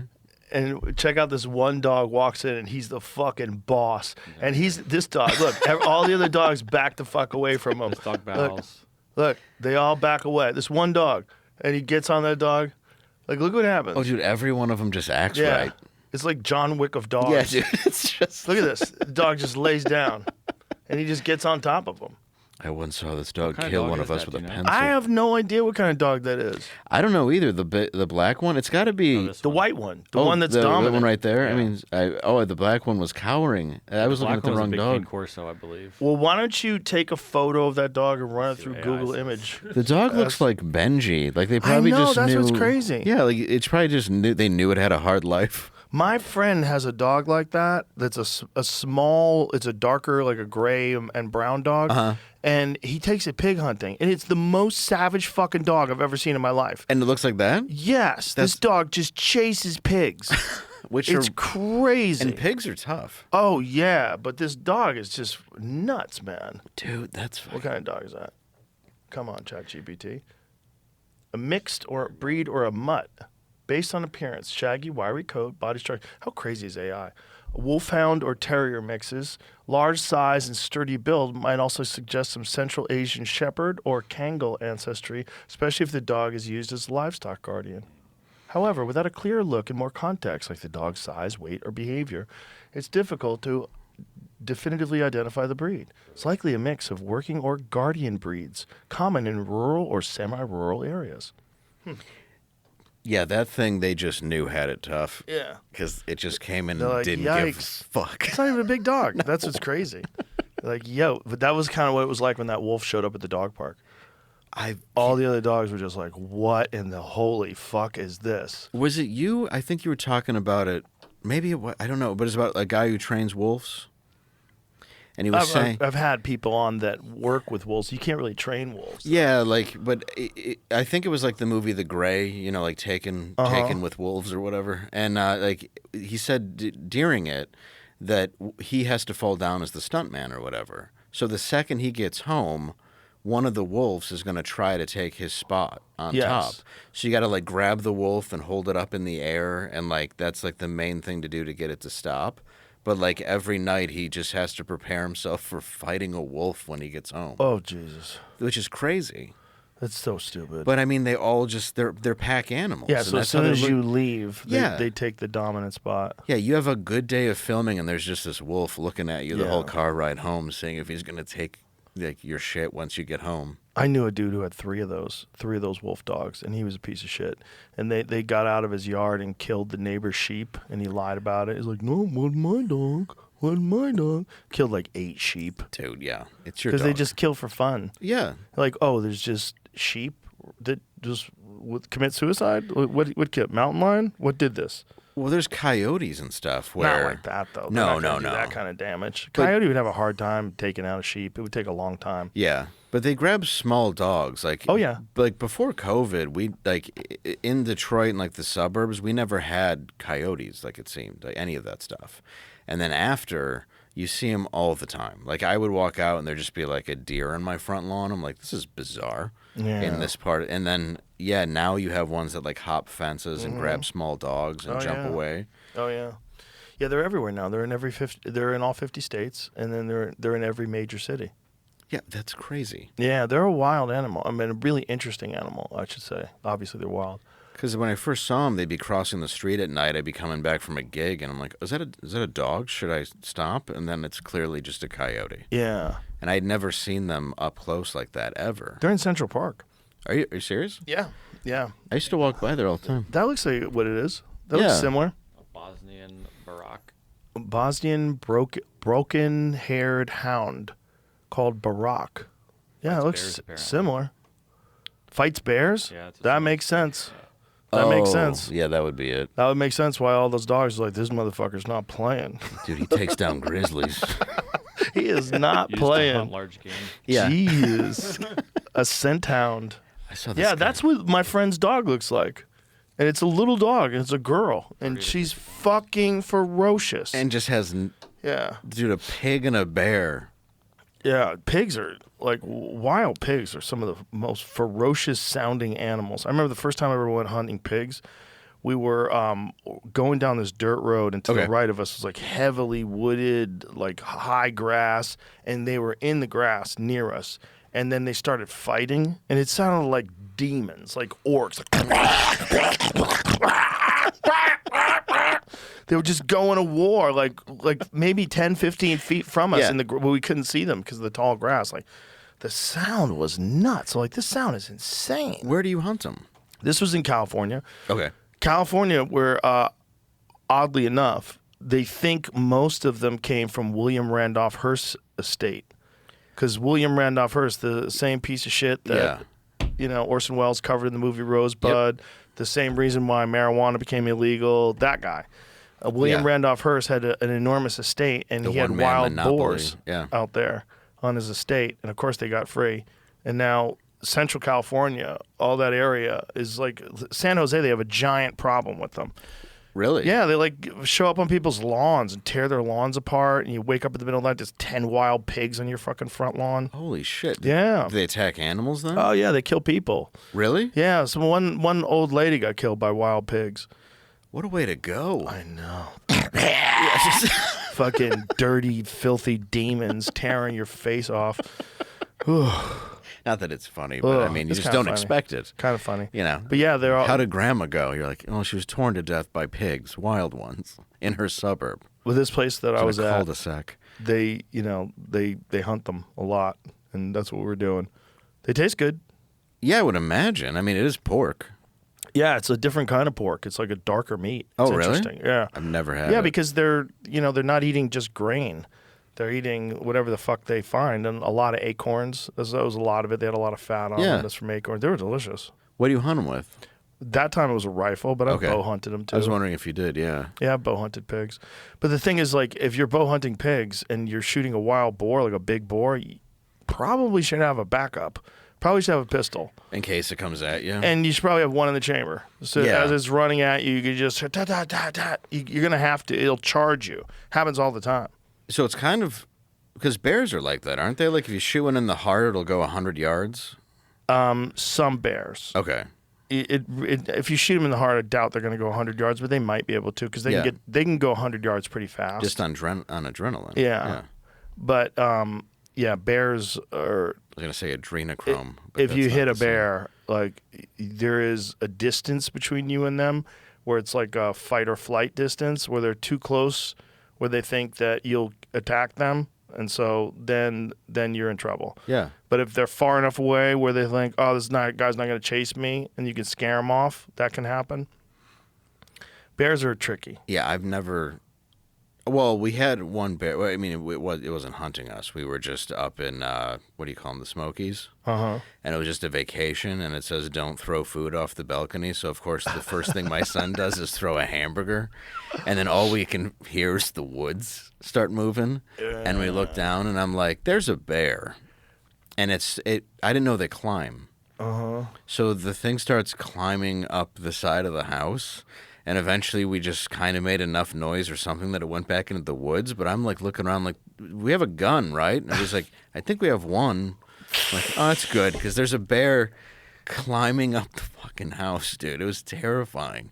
Yeah, if you have food left out, if you have garbage left out, once they've established that that's a place where they get food, they keep coming back. That's what I was, yeah. And Yeah. first thing he did was just chuck a hamburger out to feed the animals. And I'm like, buddy, I told you. He's like 4 or 5 at the time. And then, like, a couple minutes later, bear. Oh. Yeah. Do you know the state that has the most bears per capita in the country? No. New Jersey. Is it really? Yeah. New Jersey has a crazy bear problem. I did not know that at all. So the governor of New Jersey ran on a platform of stopping the bear hunt because people hunt bears in New Jersey. Because people think of New Jersey, what you think of is these high-density areas like Hoboken, Hackensack. Atlantic City. That's not New Jersey. No. New Jersey's mostly rural.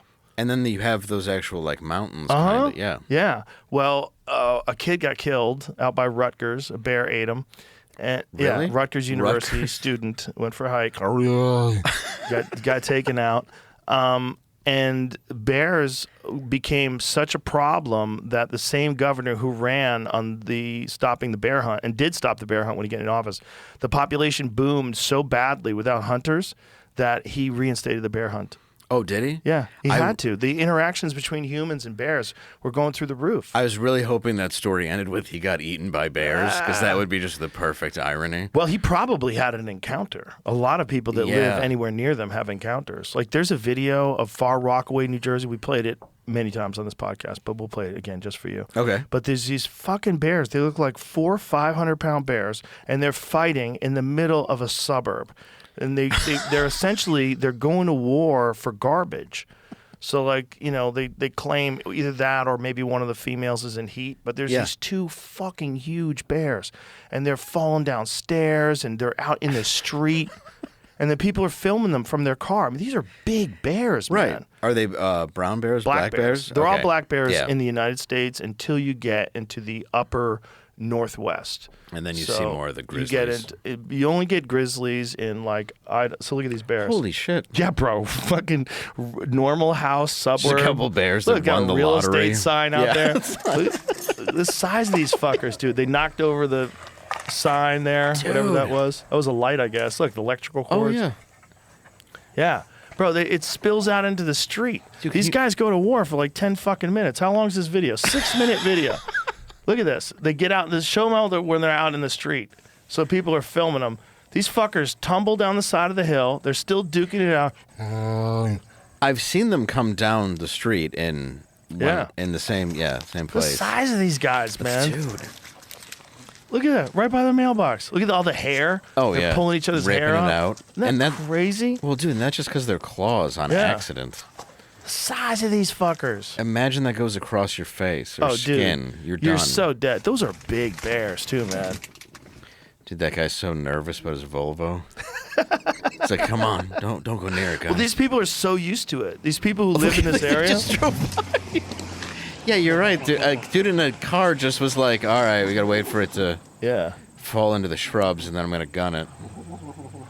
Hear those noises they make. Just, Can you imagine your little kids walking home from school you see 2 bears. and see 2 fucking huge bears And this duking is it out? Jersey? Yeah. Far away. Look, hear the cars? Yeah. Yeah. Look, cars driving by. Oh, hi, guys. Should I stop? look. Walk? Well, I'm going to go get a sandwich. Yeah, you know we have bears now. Yeah. Far Rockaway. Holy shit. Yeah. Dude, yeah, that's... Does not have the most black bears per capita. Well, Oh, I it thought it doesn't? did. I kept Googling it. It's not even popping up in the top 5 or 6. I would imagine for a Dense small human state, population makes its high bear population a significant concern for residents, particularly in the states. Dude, Ted Nugent told me that. I think these people are wrong. The state's forest-covered northwestern regions have one of the highest concentrations of black bears in the nation, with approximately 3,000 bears. Dude, if Ted Nugent told you that, I think he's right. Yeah. The guy knows a thing or two. High population density, concentration in the Northwest, increased sightings.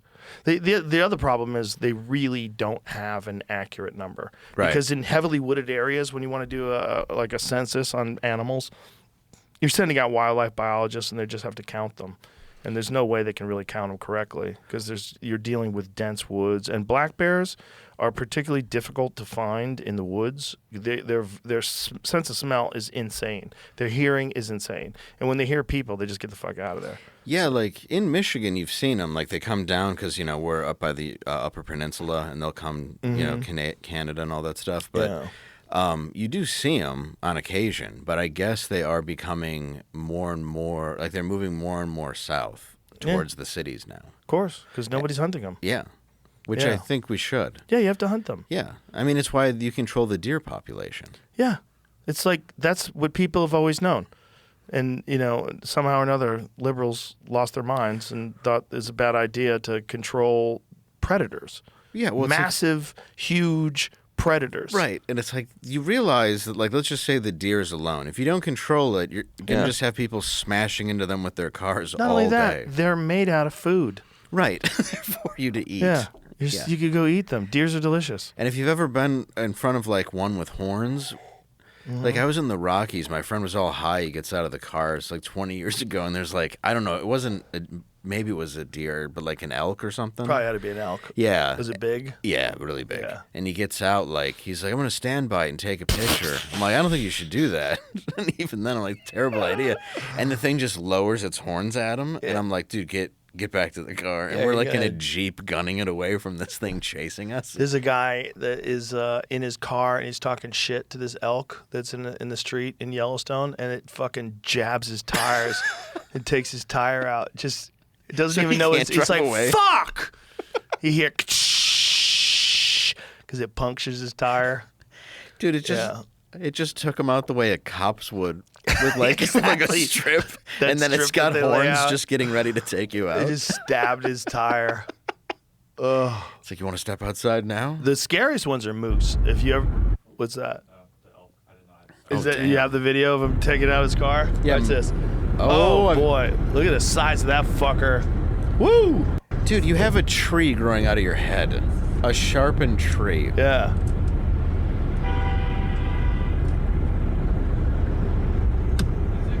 For the tire, like it knows it's looking, trying to poke it. I don't know if this is the one that cut the tire. The other one was coming from the other side. It was coming from the driver's side, and the driver was talking shit to it. But you get the point. I like that the driver was mocking an animal. But the real dangerous ones are moose.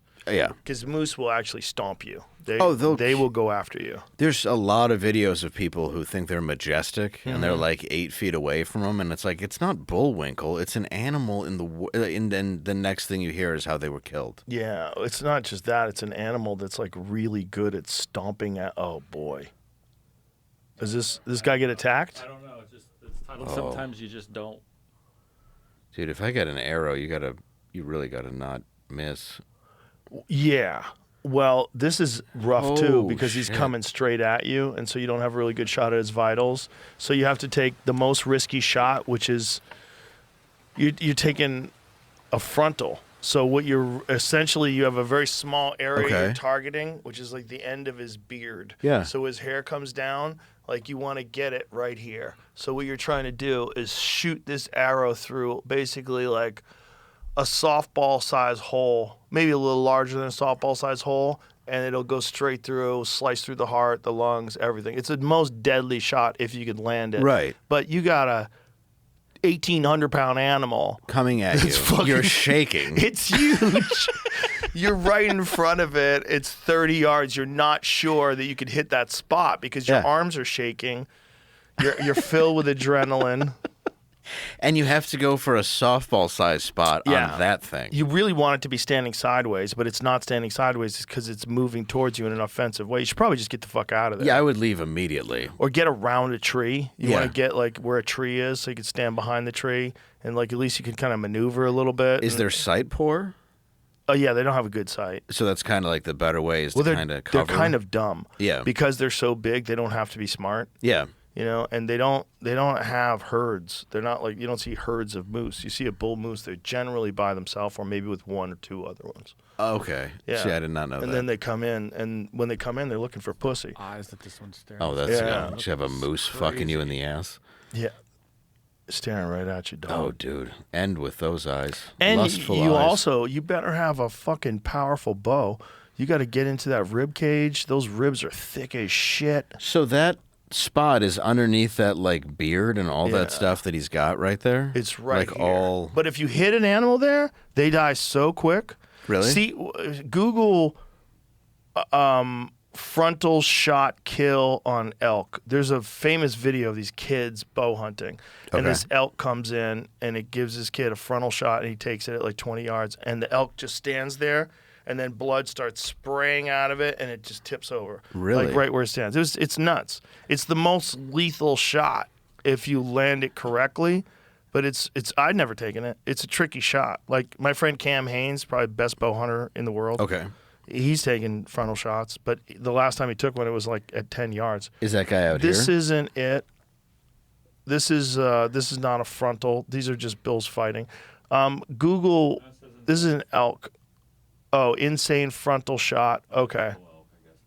All right. So here we go. This isn't the one. Nothing came up when I checked the thing you just said. So that's it. He got it right there. So Oh. see how it sprays? That was a perfect shot. Oh, Perfect shit. shot. He got it right. If you watch where the impact is, oh, that's Corey Jacobson. Watch where the impact of the arrow is. It's right at the bottom of the beard. See where it is? Like right at the bottom. Yeah. That's perfect. That's a perfect shot. So that goes into the body cavity, severs all the arteries. Gotcha. That bull's dead in seconds. But this animal seems Look at that kind of like spray. That's yeah, crazy. yeah. It doesn't seem as aggressive though as that moose. No. Yeah. They're not aggressive. They're Yeah. looking for other elk. Like Okay. he's looking for love. Yeah. That's what he's looking for. Looking for love or a fight. Okay. Yeah. Because the moose looks like he just wants to kill the guy in the video, or at least Oh, they attack do. him. No, Right. they'll kill you. They will kill you. I mean, I'm sure elk have killed people before, but they don't want to. Right. A moose will chase you. Yeah. A moose would chase you and stomp you, especially a female moose that has her babies. That's not good. yeah. You better stay the fuck away from her. Dude. Yeah. No. They will stomp you out. My buddy was chased on horseback. He barely got away from a cow moose. Seriously, going Yeah. after him? Yeah, going after him because it had calves with her. Yeah. And she was protecting her calves, and he was on a horse. And she looks at that horse like that might be an animal, like Right. that wants to stomp my babies. And so she full clip chased after him. He's like, I barely got away. Where was this at? Edmonton. Oh, that was makes it Edmonton? sense. No, BC. Okay. Yeah. BC. That makes sense. Yeah, that's crazy. I don't know. I'd be terrified if I had to try to make that shot at a moose coming at me that size. It's in a sketchy any shot. Capacity. It's a sketchy shot, and it depends on what kind of broadhead you have too. Can you do it with a gun? Oh yeah. Okay. Oh, with a gun you could shoot him anywhere. Yeah, I guess that's true. With a gun, you go through the shoulders. I just you didn't know if it was like maybe arrow length or the reason it sticks in or something. Maybe. No. So you could definitely do that with a gun. The thing about an arrow is you only have so much energy, like from a bow. So if like you hit one of those big shoulder bones, like you're fucked. It's not gonna kill the animal. You're No. probably barely gonna feel it. It's just so gonna- you have to be behind the shoulder. You have to, and then you know if you don't have enough power, if you center punch a rib, probably not going to get a lot of penetration. So you have to have a really powerful bow, and a lot of guys stay away from mechanical broadheads. They want like a really solid fixed blade broadhead. It's a tricky kind of bow hunting. Yeah, that's cool though. You're bow hunting something that can kill you. Yeah, which is that's game. I mean, that's an exciting thing. That's why people like bear hunting. You know? Unless you're the Grizzly Man guy who just does one of my favorite movies ever because it's just. I'm convinced Werner Herzog made that movie as a comedy. Oh, I think he did too. Yeah. I'm surprised. Like he says, the ending is not the real footage. No, there's no actual audio footage of that guy that's available. If you listen online, footage that says it's not real. You can kind of tell they're acting. He told the lady to destroy the actual audio. That's what I heard, yeah. The lens cover was on the camera, but there is audio, and it's a long audio because bears don't kill you. They just start eating. Right. Yeah, they just hold you down and eat you until you die. Which is apparent to that guy who was going around elementary schools telling people how bears aren't dangerous. Yeah, that fucking guy. And then they're like, it's hibernation season, you should go. And he's like, no, but I got peanut and sprinkles and cocoa, and they all love me. He had all these little names for him. It was suicide by bear. Oh, yeah. I mean, you can't just hang out there with... It was... No. That whole movie is just... They said, like, I love when they're like, they think the bears just thought he was basically retarded meat. Remember when the sheriff said that? Yeah. He's like... Well, I thought he was retarded. Yeah, I think the like bears just did. the way the film is made. It's just there's too many times where someone says something ridiculous and then there's a smash cut. I'm like, this guy's doing this on purpose. Like he wants you to laugh. It's funny. It's gotta be because he's like slapping a bear on the nose and he's like, no Skittles, and then just turning around and doing the interview. And you're just waiting for him to die, basically. I have to be a warrior. I have to let them know I stand my ground. I love you. I love you. I love you, bears. But I'm a warrior. I'm just going to put my tent here. This is going to be what you'll consider a plate, and I'm just going to hang out. It's a burrito. There's meat inside. His girlfriend got killed too, which is really sad. I'm surprised that she had a girlfriend. One, he had one, and two, she was like, she's probably surprised too. Like, is this guy gonna fuck me or is this? Yeah, like what is happening? I'm sure he didn't fuck her. He didn't seem like that kind of guy. He definitely had her killed. He definitely seemed gay. Yeah, it seemed like that was part of his dilemma. Like he wanted to be an actor. And that didn't work out for him, so he started getting notoriety by being a bear expert. Right. But he wasn't really a bear expert. No, he was just an idiot who would go into the forest I'm and here protecting these bears. got really lucky. Forest Service won't protect them, you motherfuckers. I'm protecting these bears. You leave them alone. But that dude got some amazing footage, I'll tell you that. His footage was fucking incredible because he was living with them. Yeah. So he got footage that nobody else was getting, like high resolution, close-up footage of bear fights. He became really good friends with a fox. Yeah. Foxes are fucking adorable. They're like dogs, man. Yeah. They are the closest thing to dog. Like playful. They play with you. They stole his hat. Like they would come hang out with him. He could scratch their head. Well, a lot of the people who find baby foxes and then just kind of raise them because the parents left them, that's amazing. There's a Instagram page that I follow, Bedu the Fox. Check this out. It's like a little tiny fox that this guy's raised. Yeah. And it's so adorable. It's so adorable. It's such a. It really is cool to see him. So this guy brings this fox with him everywhere. Look at that cute little fox. He's so cute. Yeah, they're adorable. But he hides under stuff. He's playful. Yeah.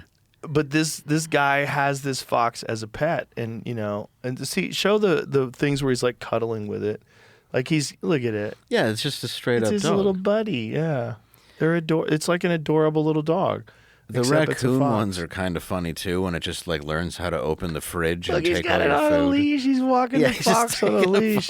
But he has to put on a leash because the fucker won't come back. He's like, no, I'm free. He's like, this is where I belong. Yeah. He's just trying to run from the guy, but he's on a leash. Little face. Aw. The huge ears and Incredible. stuff. That thing probably hears an owl farting a mile away. Like, look at his face. So fucking cute, man. Yeah, they really are. They're really cool animals. Yeah, and people have done this where they raise them, but I think it's look, he's making weird faces. Yeah, I think it's one of those things where you have to be around them all the time, Yeah, I think if it's, I don't know, but if it's abandoned young enough to where it's attached to you, there's something there. Yeah, no, you definitely can raise them. People Yeah. have raised them, but and people have raised coyotes that same way too. Oh yeah. But you have to be around them all the time because they're wild. Yeah. Like you're just tricking them into like by constantly giving them food and attention, so they feel like they don't have to do anything else that they really feel instinctual about doing, like going out and killing a cat. Oh yeah. Well, there's a place called Oswald Bear Ranch. Oh, look, I he's went got to. a cat. This cute little fox is like half the size of the cat. He wants to play with the cat. It's adorable. The cat is not like happy though. No. When you see a cat with its tail like that, that's a really pissed off cat. Well, the cat doesn't want to play with its owner, let alone whatever that thing is. Well, the It just cat wants looks like to- it's on SSRIs. Yeah, first of all. it is. Cat's fat as fuck. Yeah, it was actually male cat. Does not identify that way anymore. That cat's a school shooter. It's going to go to the pound, shoot it up. Just gonna take out everybody at the pet store. Yeah. Just one after the other.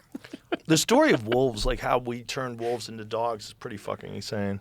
It is amazing how we do just kind of have these like wolves in our house, but we made them cuter by design over dude. centuries.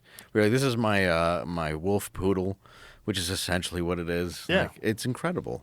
Well, and then you get them down to like I have a King Charles Spaniel. You Yeah. know what those things are? Yep. He's that big. Yeah. He's the fucking cutest thing on earth. Yeah. That, if you go far enough back, that's a wolf. Oh yeah. Like, how did they do that? I have a King Charles Spaniel poodle. Ah. Yeah, and his name is As if a King Higgins. Charles Spaniel wasn't gay enough. Exactly. I had to make sure he wears bow ties, like a wolf would. bow ties. Oh my Because whenever god, he get his that's haircut, they put him in a bow tie. That's adorable. and I'm just like, it's so cute, but it's also the gayest. oh, that's adorable. But yeah, his name is Higgins, and he's the best dog. But he's small, and I've always had big dogs, and I kind of just like the fact that he's kind of small and just really wants to sit there. Like, Just wants to chill. he'll go for a walk, but he's not dying to. The breed the furthest removed and physically characteristic by wolves is the Cavalier King Charles Spaniel. Yeah, That's it. mine's called a Cavapoo. That's the one I have. Yeah, I have a mix of that and a poodle. The Cavalier King Charles Spaniel, one of the most popular breeds in the UK and US, probably because of their lapdog reputation. Yeah, they're adorable dogs. Oh, they're I so love sweet. I love him, and But that's the furthest removed physically and characteristically from a wolf. Yeah, it has.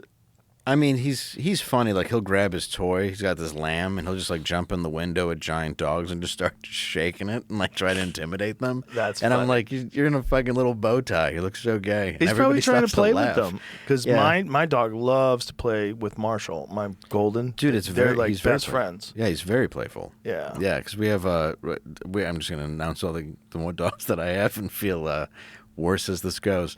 A Havanese. What's that? It's like a little. We don't have the long hair cut on it, but you know those long hair, like almost show dogs. Okay. And it's just a Havanese. Pure, Oh yeah. wow! But we have the like top right corner. She looks like that. So that's the other dog, and she's the best, and she's insane. Like Look not at that little face. yeah, not the smartest dog you'll ever meet, and that's one of the things I love about her. Well, they don't have to be smart. no. You know? It's like rich kids on trust funds. They're not so fucking smart either. Yeah, they are the most privileged of the dog community. Yeah. Yeah, there's no doubt about Most it. likely to be a they them. Yes. That's all the they thems. They're not poor kids. No, well, we're the ones cutting off their balls and spaying them. Right. Yeah, that's they're true all too. Right. They're all trans. Yeah, they're all a little angry at us. My dogs have their balls Oh, do they really? always. Yeah. I don't fix my dogs. See, we had already had them fixed when we got them. I had a really good vet when I first moved to LA, and I always thought you have to fix dogs. Yeah. Because you're like Bob Barker. Spay and neuter your pets. Remember? Yes. Bob Barker would Oh, say that yeah, after because- the end of every show. Yep. Turn your pets trans. How about just That's right. don't be an irresponsible dog owner and let your dog have puppies that nobody wants? How about you just be a responsible dog owner and let your dog have its natural fucking hormones? Yeah. Because when you cut their balls off, they get tired. They get depressed. They have no energy. Testosterone's There's gone. testosterone's Yeah, gone. What happens to people when their testosterone goes? You get depressed. Yeah. You get depressed and you have no energy. That's the same shit that happens to your dog. Yeah. Yeah. Yeah, and that's why he's in a bow tie. And my vet he told me that. I was like, I can't believe it. He goes, look, nobody wants to hear it. Everybody wants to tell you, spay and neuter your dogs. But characteristically, like if you look at like how a dog behaves, I see a change the moment they cut. Now, look, if you have an overly aggressive dog, That's a different story. If you have a dog that like you probably should train, that's probably what it is. Probably needs obedience training and probably needs a lot of attention and probably needs a lot of exercise. But if you cut your dog's balls off, it won't be the same dog. No.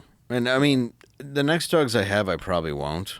You know, but it's just something that you're used to for so long. And like with Bob Barker, I get control of the pet population, so there's not dogs running all over the streets that have to be euthanized all the time. Yeah, but that's if it's like, terrible. If it's your own dog, though. But again, that's just bad dog owners. Yeah, that's what I mean. It's like, just like people are bad parents, and their kids wind up, joining a gang and shooting people up. It's like it's a lot of the same kind of shit, man. It's the same. It's literally the same thing. I mean, when you like. Years ago, they were doing articles, not to bring it back to my hometown, but like in Detroit, where you would see dog gangs roving together. They take over a house, and like I remember one house was like filled with pit bulls and stuff, but it was a black lab that was like the king shit at this house. Really? Yeah, it was crazy. But probably the smartest one. I think that it must have been that because like when like Rolling Stone, I think it was, showed up and they were like, "Holy shit, it's a black lab that's in charge of like all these pit bulls," and that was like their king. And but probably they're good hunters. Maybe that's what it is. Well, because Labradors are hunting dogs. Yeah, well, that's true. Because like you would see just packs of dogs going down the street when it was at its most like empty. God, I heard about a lady that got killed by a pack of dogs in Georgia a few years back. Oh, they'll do it. Yeah, wild dogs. She was hiking and feral dogs attacked her. Yeah. Ugh. And that's a rough way to go. That's terrible. Rough way to go. Because there was probably a minute where she's like, "Oh, dogs." I doubt it. Yeah. I doubt it. No, most people do get scared. Yeah, they should. Yeah, well, especially if you're on like a mountain. If you don't know the dog, like it could be anything. Yeah, never go up to a dog the way that people tell you that you should. Put your hand out. Yep. I'm your friend. Look, I'm your buddy. It's like just stand there. Stand your ground. Yeah. Look at it. Keep an eye on it, and hopefully have a gun. Yeah. Hopefully have a gun. I just shot your doodle. I overreacted. But yeah, there's those ones you can't. That's a problem too. Yeah. Yeah. But yeah, when you just stand there and kind of let the dog smell you, that's what they do. They just want to get to know who you are, so let them and just kind of keep an eye. Don't act scared.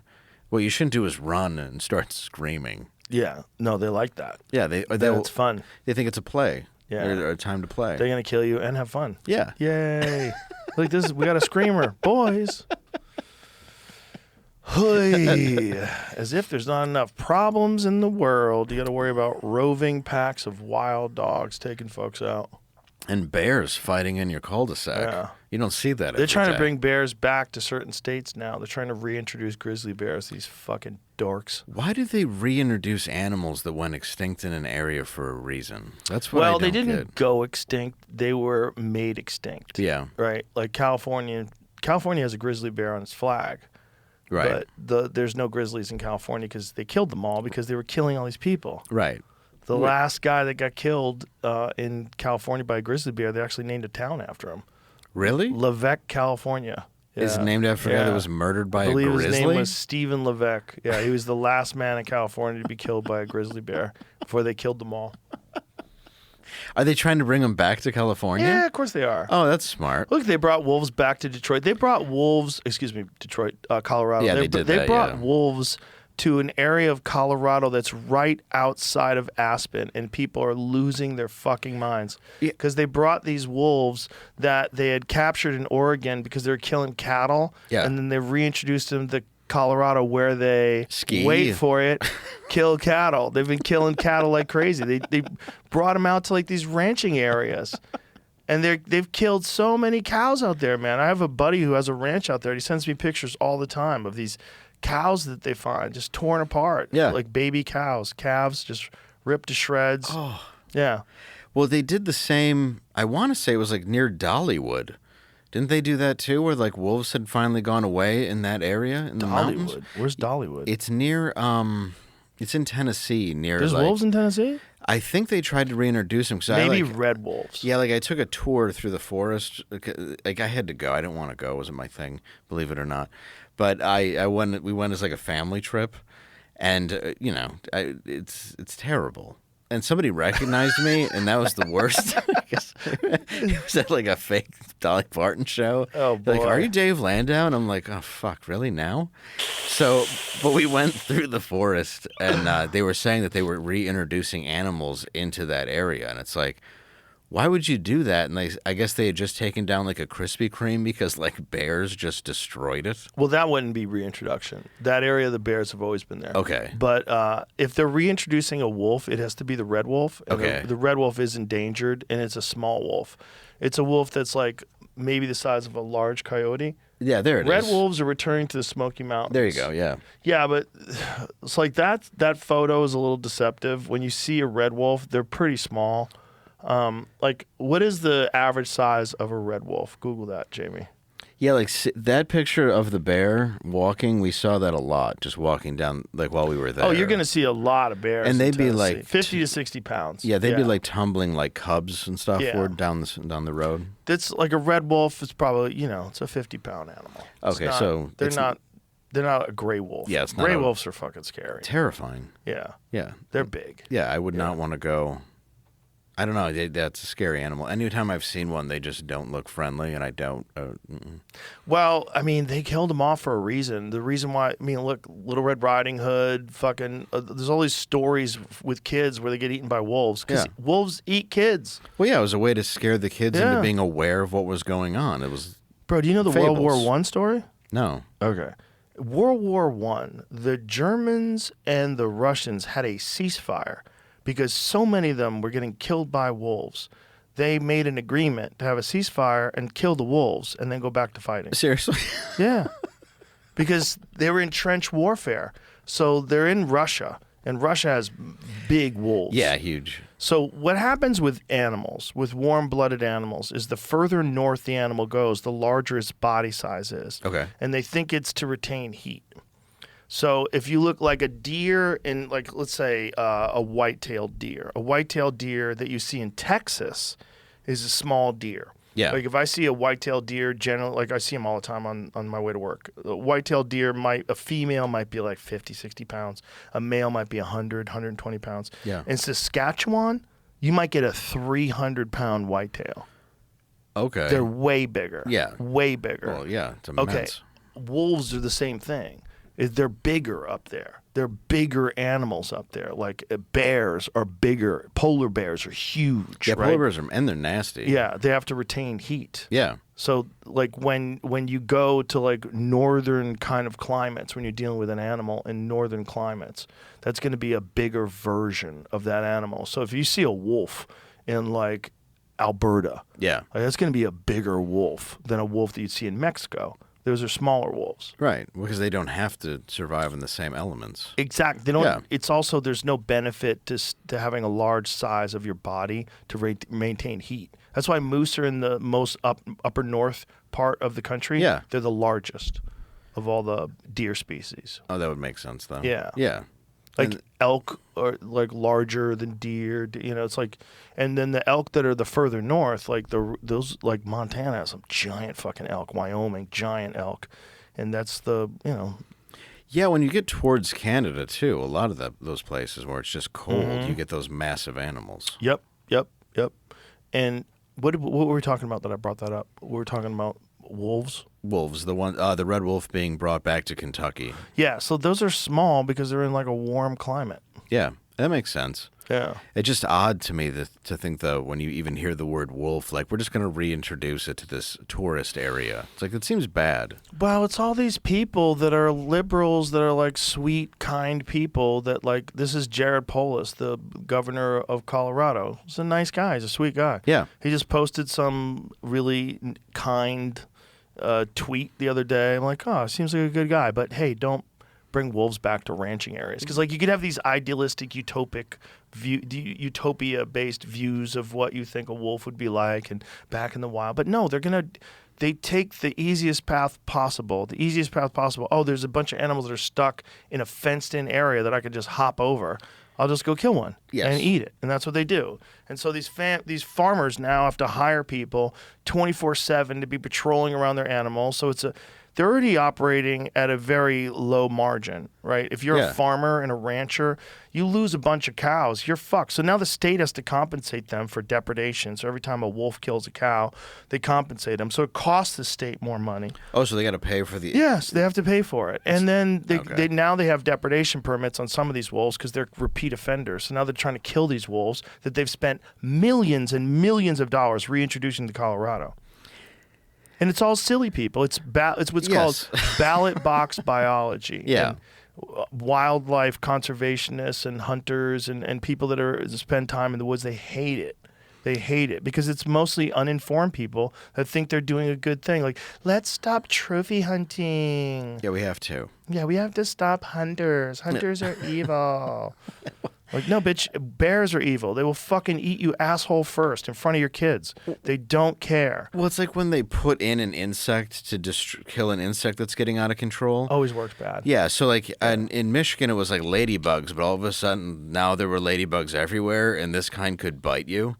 So they were some kind of beetle that was this massive problem all of a sudden, and it was to help control the fish fly problem, or mayflies, people might know them as. Yeah. And they're just, because you drive down next to the water, dude, and it's like sounds like Rice Krispies as you drive because you're just hitting so many of these things. Mm-hmm. But it didn't help that problem. It just created a horrible beetle problem. Yeah. And then there was something else going on in the lake, so they introduced zebra mussels. Oh, yeah. They did that out here, too. Dude, they destroyed boats. They cut up people's feet that were swimming. Like, they kill everything. Yeah, it backfired completely. And it's like, so you're just introducing this, like, poison into the air and into the water that you think's going to benefit this. Yeah. So they have too much vegetation on some of these lakes. So what did they do is they sterilize carp and then introduce these sterilized carp. But sometimes they're not sterile. And sometimes they just start breeding. And then the carp basically eat all the vegetation. And so then your entire lake looks like the bottom of a swimming pool. Right, it's just gone. There's no more grass, so the fish don't know where to hide. So it's like not as effective for them. They don't get as big. So all the bass fishermen are mad because there's no like habitat. And right. Yeah, it's all fucked up. And that's happened, with Michigan. 'Cause we do have a lot of fishermen, bass fishermen, that go out there. And you can go into pretty small pond areas and lakes because the Great Lakes and still catch some stuff. But once you start messing with the habitat, it goes bad for a long time. Oh, yeah, man. Well, look at Australia. Australia has done a terrible job of introducing invasive species to combat problem animals. Oh, yeah. And now they have feral cats that have essentially wiped out most of their ground nesting birds and all sorts of other things. Cats are the worst, man. Little cute little house cats. Yeah. They are the worst murderers of all the animal kingdom. Well, and they think birds are a nice present for you. That's the first thing they're going to go after is just kill them. Birds and rats. Yep. Yeah. And that's why, like, the crazy cat lady thing is a real thing, too, because they also contain parasites. And that parasite, toxoplasmosis, it affects humans. It affects behavior. It makes you more impulsive, more aggressive. Yeah. Really? Yeah. It's a crazy parasite that is, at one point in time, half of France had toxoplasmosis. Really? Yeah, because of feral cats. Maybe it might have been half of Paris or half of France. I don't remember. But a large in rural areas where you have a lot of feral cats. Okay, I don't know if it was like rich Have you areas. ever known people that have like outdoor cats? Yeah. And they're very irrational. Yes. Mark Maron. Those Yes. people, Yes. those people probably have toxo, which is why they're behaving weird. Yeah, well, I was... Yeah, that's what's going on. It's like, I guarantee if you test it, I might have it. I had a feral cat. I've never had a feral cat, but I've definitely had ones that would stop by the house. I had a feral cat. Yeah. A friend of mine, and her boyfriend rescued a bunch of kittens that were underneath this building, and it was in Santa Monica, and she said, "Do you want a kitten?" He was so cute, and I took him in, and I actually had to stay with this cat for like days in one of the rooms of my house.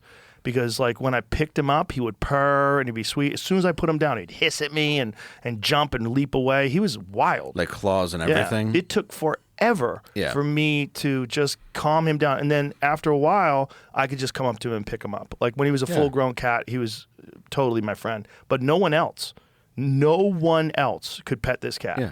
You come over my house, he would hiss at you like he was ready to go to war. It was crazy. But I would go, no, dude, he was just wild. He's wild. And I'd pick him up and he'd start purring. But he would purr like no other cat would purr. Because when he knew that you just loved him, and that you weren't going to eat him, when I'd pick him up, he was so happy to be held. He was so happy to be pet. But then as soon as I put him down, he would look at me sketchy and run away. He was just fucked up, man. My grandma had that. She was crazy though. As she got older, she had like this old mansion, and I don't know how she got it, but it was one of those things where like when you're Catholic, you just have 87 kids, so the house was big, but now it looks huge to people. So she just had cats? But towards the end, she had a few cats, and she would have like those Tom and Jerry mouse holes in the house, like where you would see them coming in and out of. And dude, she would keep she'd keep the spiders because she thought it was part of the ecosystem. Oh, great! So you're looking up, like I'd have to sleep there, and I'm just like staring at a brown recluse, like shaking at the age of like 8. Those will fucking leave giant holes in you, man. Dude, they will kill it. My brother got bitten by one, and his leg turned into a softball, and he had to go. Really bad. Yeah, she was nuts, dude. Like It gets necrotic. Yeah. Where it eats away the tissue. Dude, and it went like that. Like he got bit, and by the time he got to the hospital, it just kept getting big. It went from like a golf ball to a softball to like, and they had to hit him with all this like anti-venom. It was nuts, dude. My friend Jeremy had a hole in his thigh where he had to stuff gauze in it because it was constantly oozing. Yeah, that's what it is. Like it starts chewing away at your skin. Yeah, it eats necrosis. Yeah, my It brother's like a eats- scar from it, dude. It's disgusting. Brown recluses are dangerous, man. But she was nuts. She had like a casino in her basement that she ran. She taught us. That sounds so fun. It really was when we were kids too. Like Wow. we're dealing like blackjack and playing slots. She had a casino in her basement. Yeah, it was fun. Like, and then she was a recovering alkie. Like, she had beads everywhere. Like, I didn't know what that was then. Oh, and then, like 30-day beads? Yeah, and like so then later on, well, I was like from Mardi Gras. She had all this stuff from Mardi Gras. So like later in my life, I'm like, oh, my grandma was a whore. So, but I didn't realize it until later. There's a cat lady whore Yeah, with a a cat- fucking casino in her A basement. cat lady casino whore who thinks spiders are part of an ecosystem. Well, she's kind of right. I mean, she's not wrong. They would eat the mosquitoes. That was her thing. Yeah. But you'd also have you're like, I think it's a black widow in your garage. And it's like, yeah, so don't go near it. And I'm like, you want to protect your spider? Like, she was just nuts, dude. But yeah, she was in recovery. But then she also had an entire bar where you could just make drinks. So we're like 6 and like looking through like how to make somebody a martini. It's so much fun.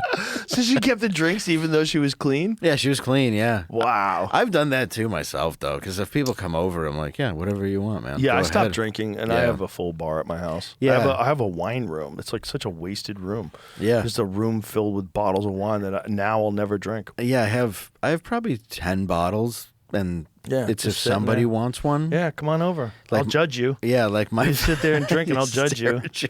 You'll start acting stupid. Well, after my last DUI was when it was like 16 years ago, and I had just built a bar in my basement, and it's really nice, and I still really like it. But like, it was probably days later I got the DUI, so I just like sit there and I'll just look at this bar and like, it could have been. Was that when you stopped drinking? Yeah, it was my 13th arrest. It was my 13th arrest. Yeah. What was number one? the day I got my driver's license. No. Yeah, for real. What did you do? My dad had gotten a Buick Regal, and it was around November because I was born in June, but they wouldn't let me get my driver's license because my grades were so bad, and we were having a family reunion. So we had everybody at the house. My dad, we thought, was doing a little better, and we all went out to eat. And I'm like, hey, can I borrow the car? And he's like, yeah. So we get home, and my aunt had blocked the driveway thinking that I would probably end up taking the car and like her son out, who was from Arizona. And the one side of my house was the house, and then the other side was my neighbor's lawn with a small pine tree and like rose bushes and stuff. You just drove through that. Yeah, I figured if I gingerly did it, it would be all right. Dude, I fucked up her lawn. I go and pick up my friends. We go down 8 Mile to this place called Piccadilly where we'd have this guy named Spider by. And he was fucking great. He was this like homeless dude who just was like, he always go, I'm Spider with a Y. And he'd do that. And then he was total pervert. He'd be like, he would seriously offer to like, he'd be like, I'll jack you off too. And we're like, we just want the beer, but we do appreciate it. Really, but thank you. So like, he'd always be like, somebody's got to come in with me to pick it out. And we'd be fighting if we had to get out of the car to go walk with this guy. So we just bring the beer in, we're driving around, we start giving lawn jobs. You know, like we did leaf pile fires because everybody would like rake their leaves into the street. So we started doing those, you know, fun, good old fashioned arson. But usually it would stop pretty quickly. Somebody would run out with like a garden hose, and you know, it totally was innocent until the one time it wasn't. But we were driving around, we went to some parties, smoking weed, all that shit. And finally, I get up on this one guy's lawn after party. He's got a Beamer 5 Series. And I got my Regal, my dad's, which it had a V6 turbocharged, which for a Buick, it wasn't bad for 98. But I got on this dude's lawn. I see him sitting in his Beamer. And for some reason in my head, I'm just like, this guy's just going to sit here and take it. So I just start giving him a lawn job. I'm doing donuts. You can hear grass hitting his car. We get in a high-speed chase with this dude. Like, dude, I mean, like French Connection style. I swear, I hit this bump, man. 4 tires went off the ground because we just felt like the car popped to the ground.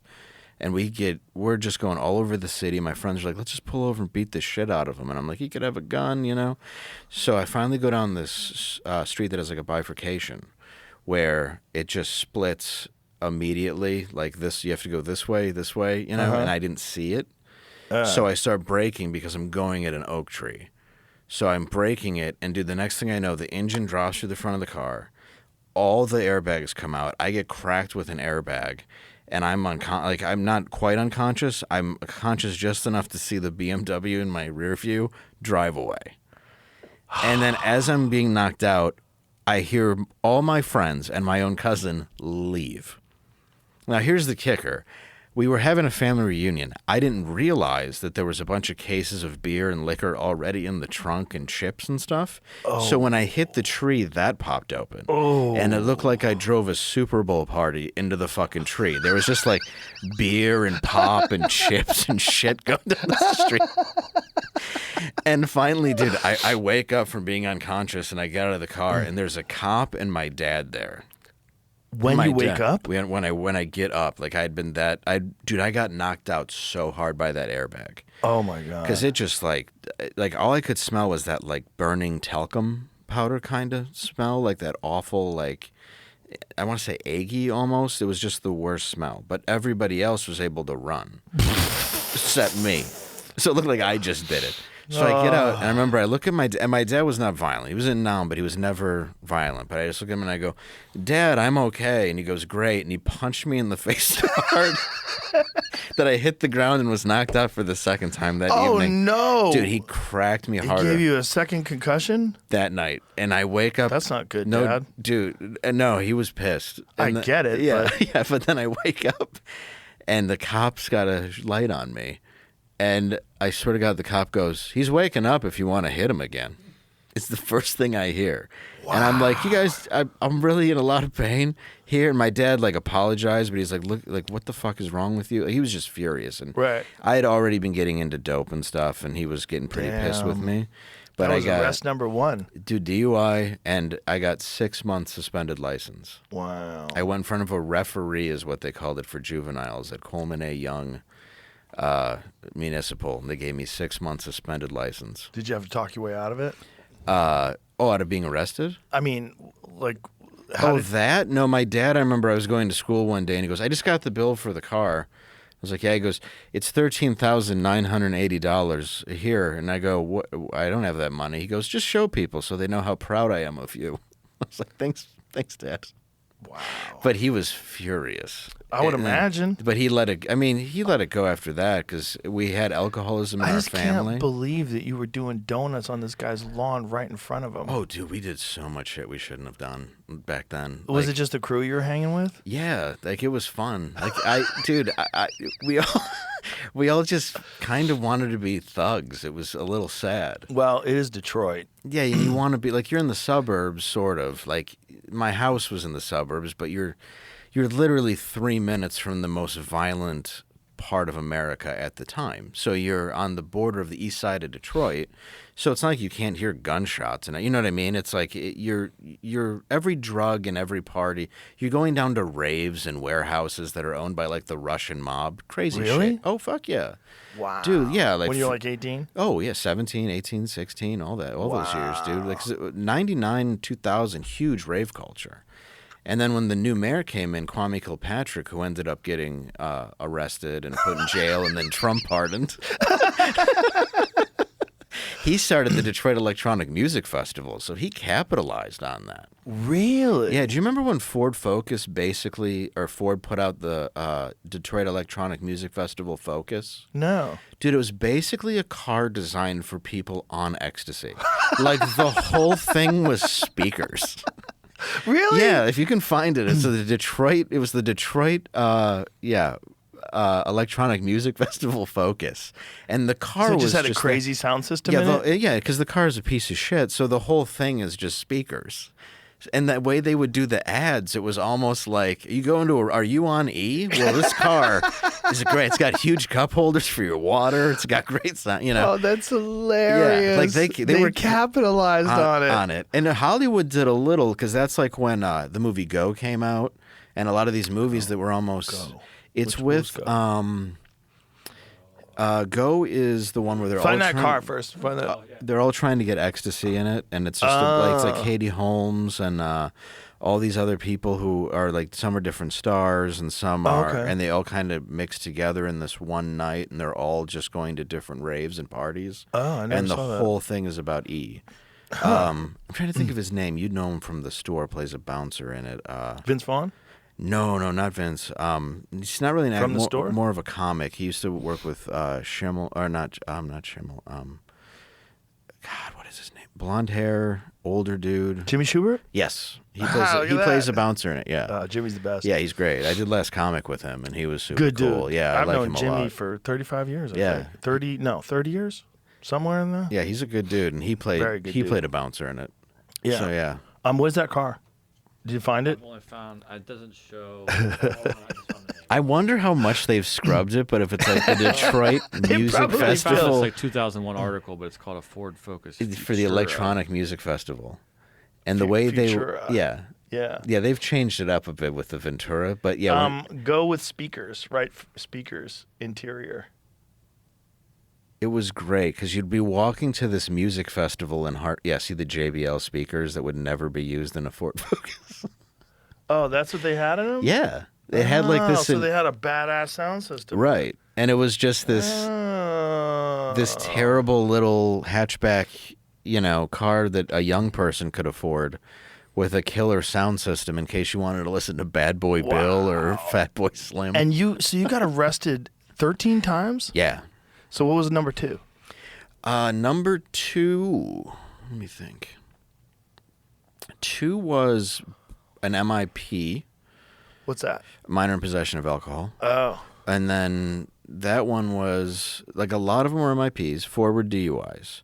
And then, 4? Yeah. And then I got arrested. Wow. How'd you still have a license? Most of it was as a minor. And then by the time I got my one as an adult, it had spanned enough to where in 2009, when I got arrested my last time and I decided to get sober, they couldn't technically put me in prison. And I didn't want to go because I didn't want to spend my days getting titty fucked by the Aryan Brotherhood. I know how I look. So I got clean. But yeah, that one was the one that I took real seriously. So what they did was they put an alcohol tether on my leg that would monitor if I was drinking and a breathalyzer in my car. So I would I'd have to blow start my car everywhere I went, and My friend Rob had that. It would take like 3 minutes before he could start his car. dude, it sucked. And now Yeah. they take pictures of you and stuff, but that one, it would go off as you drive. So you're driving and I remember one time a truck was jackknifing and then it's like, brr, brr, brr. So I'm trying to dodge this truck from hitting me in the Grand Rapids snow while blowing my car so it doesn't stop. No way. Swear to God. They're so dangerous. And I'm going around the country. I didn't know they did it while you were driving. That's insane. Dude, that's so they prove you're not drinking. So every 15 minutes it goes off at random, but you can't time it. And you have to blow into it. Yeah, that's when people are like, "Can't you have somebody else blow?" And it's like, "Well, no," because you'd be like, hey, "Can I drink and drive?" And you just sit shotgun and let me. But yeah, you have to blow the whole time you're driving.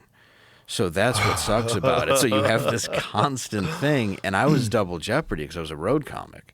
So in 2009, yeah, dude, I'm going into these bars and nightclubs, and I'm like, "Hey, do you have a phone jack I could use for a few minutes?" And they're like, "Yeah, why?" And I'm like, I got this ankle monitor, and I got to plug it in somewhere to a phone jack so they can download to make sure I'm not drinking. So I'd be in a bar, dude, Standing with next to a phone jack. with my fucking ankle Oh, my God. attached to the wall while they downloaded my alcohol blood. How long did it take? So it has like a modem? Like a... Yeah, it would light, you know? So it would let you know when you were done. And it would do it through the phone lines. Yeah, at that time. Wow. I'm sure there's something more high-tech now. This was 2009. But you had to have a phone jack, and I'd have to call my probation officer and be like, "This is the room I'm playing. I'm in a bar. I was allowed to be in a bar, but if anybody spilled anything on me, right to jail."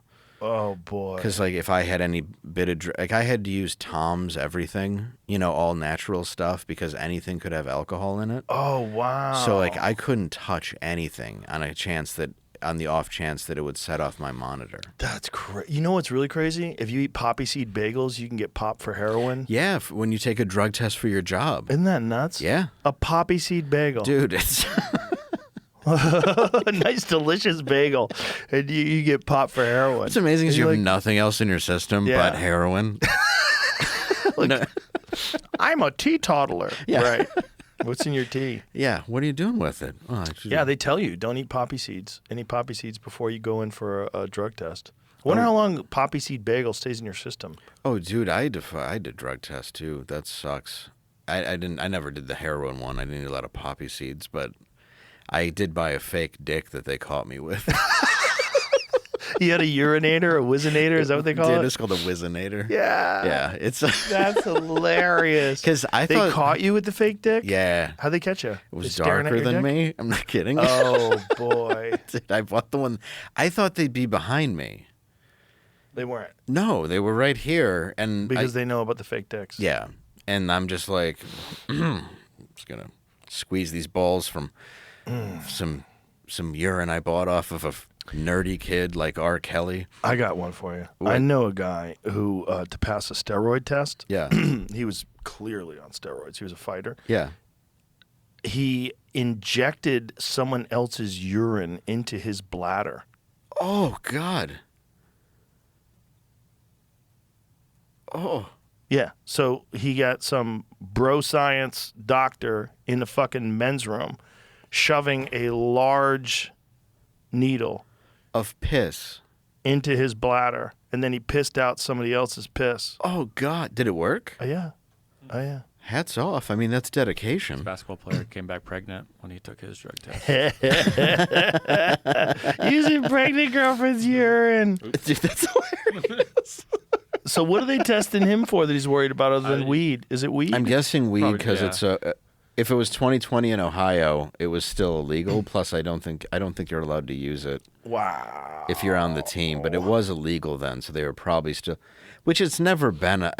I mean, for most people, 2 I should years say. suspension. International drug test. In I was your trying to play prime. basketball in Bosnia. Is that what it was? Oh, as a naturalized player. Well, I wonder what they were testing him for. I wonder what drugs they were actually testing him for. What are they worried about finding? Yeah, because I bought, what was it called? Urine Luck? They That don't didn't want- work? yeah, steroids and stuff, you know. I guess, but Jesus Christ, if I'm running a professional basketball organization, I want people on steroids. Oh, I I'm want not them, testing anyone for anything. I want them unless- recovering. I want them playing better. Yeah. The whole steroid thing is so weird. You know, it's because it's just science. They figured out a way to make humans perform better. Like, so are we supposed to use some science? Like you can use creatine, which at one point in time, they used to treat creatine like it was steroids. Well, yeah, they did. In well, the 1990s, it was like you're taking creatine, you're basically taking steroids. well, it was because of the Mark McGuire, Jose Canseco thing. Right. I think that was a little later. What? Cause Wasn't it? I remember it was Because- part of it because they were like, they're on creatine and everybody's like, are you sure? No, they were on androstenedione is what Is he was that what trying it to say, was? but it wasn't. Yeah, bad. it was steroids. He was Yeah. on hardcore shit. Well, 'cause he got big. Maguire went from like a farm boy Mm-hmm. to looking like one of the Looney Tunes characters from Space Jam. Like the dude was just fucking stacked. Just a home run There's after a home video run. of Maguire hitting a home run, and as the bat is contacting the ball, you see the bend to the bat because he's so strong. He's whipping the bat so hard that it's bending in the air as it contacts the ball. And it's See if you can wood. find that photo. Yeah, it's ash. It's like a very dense wood. Yeah. And he's whipping it so hard it has a bend like a bow, like a Right. bow and arrow, and it's connecting the ball like perfectly on the sweet spot. Look at that.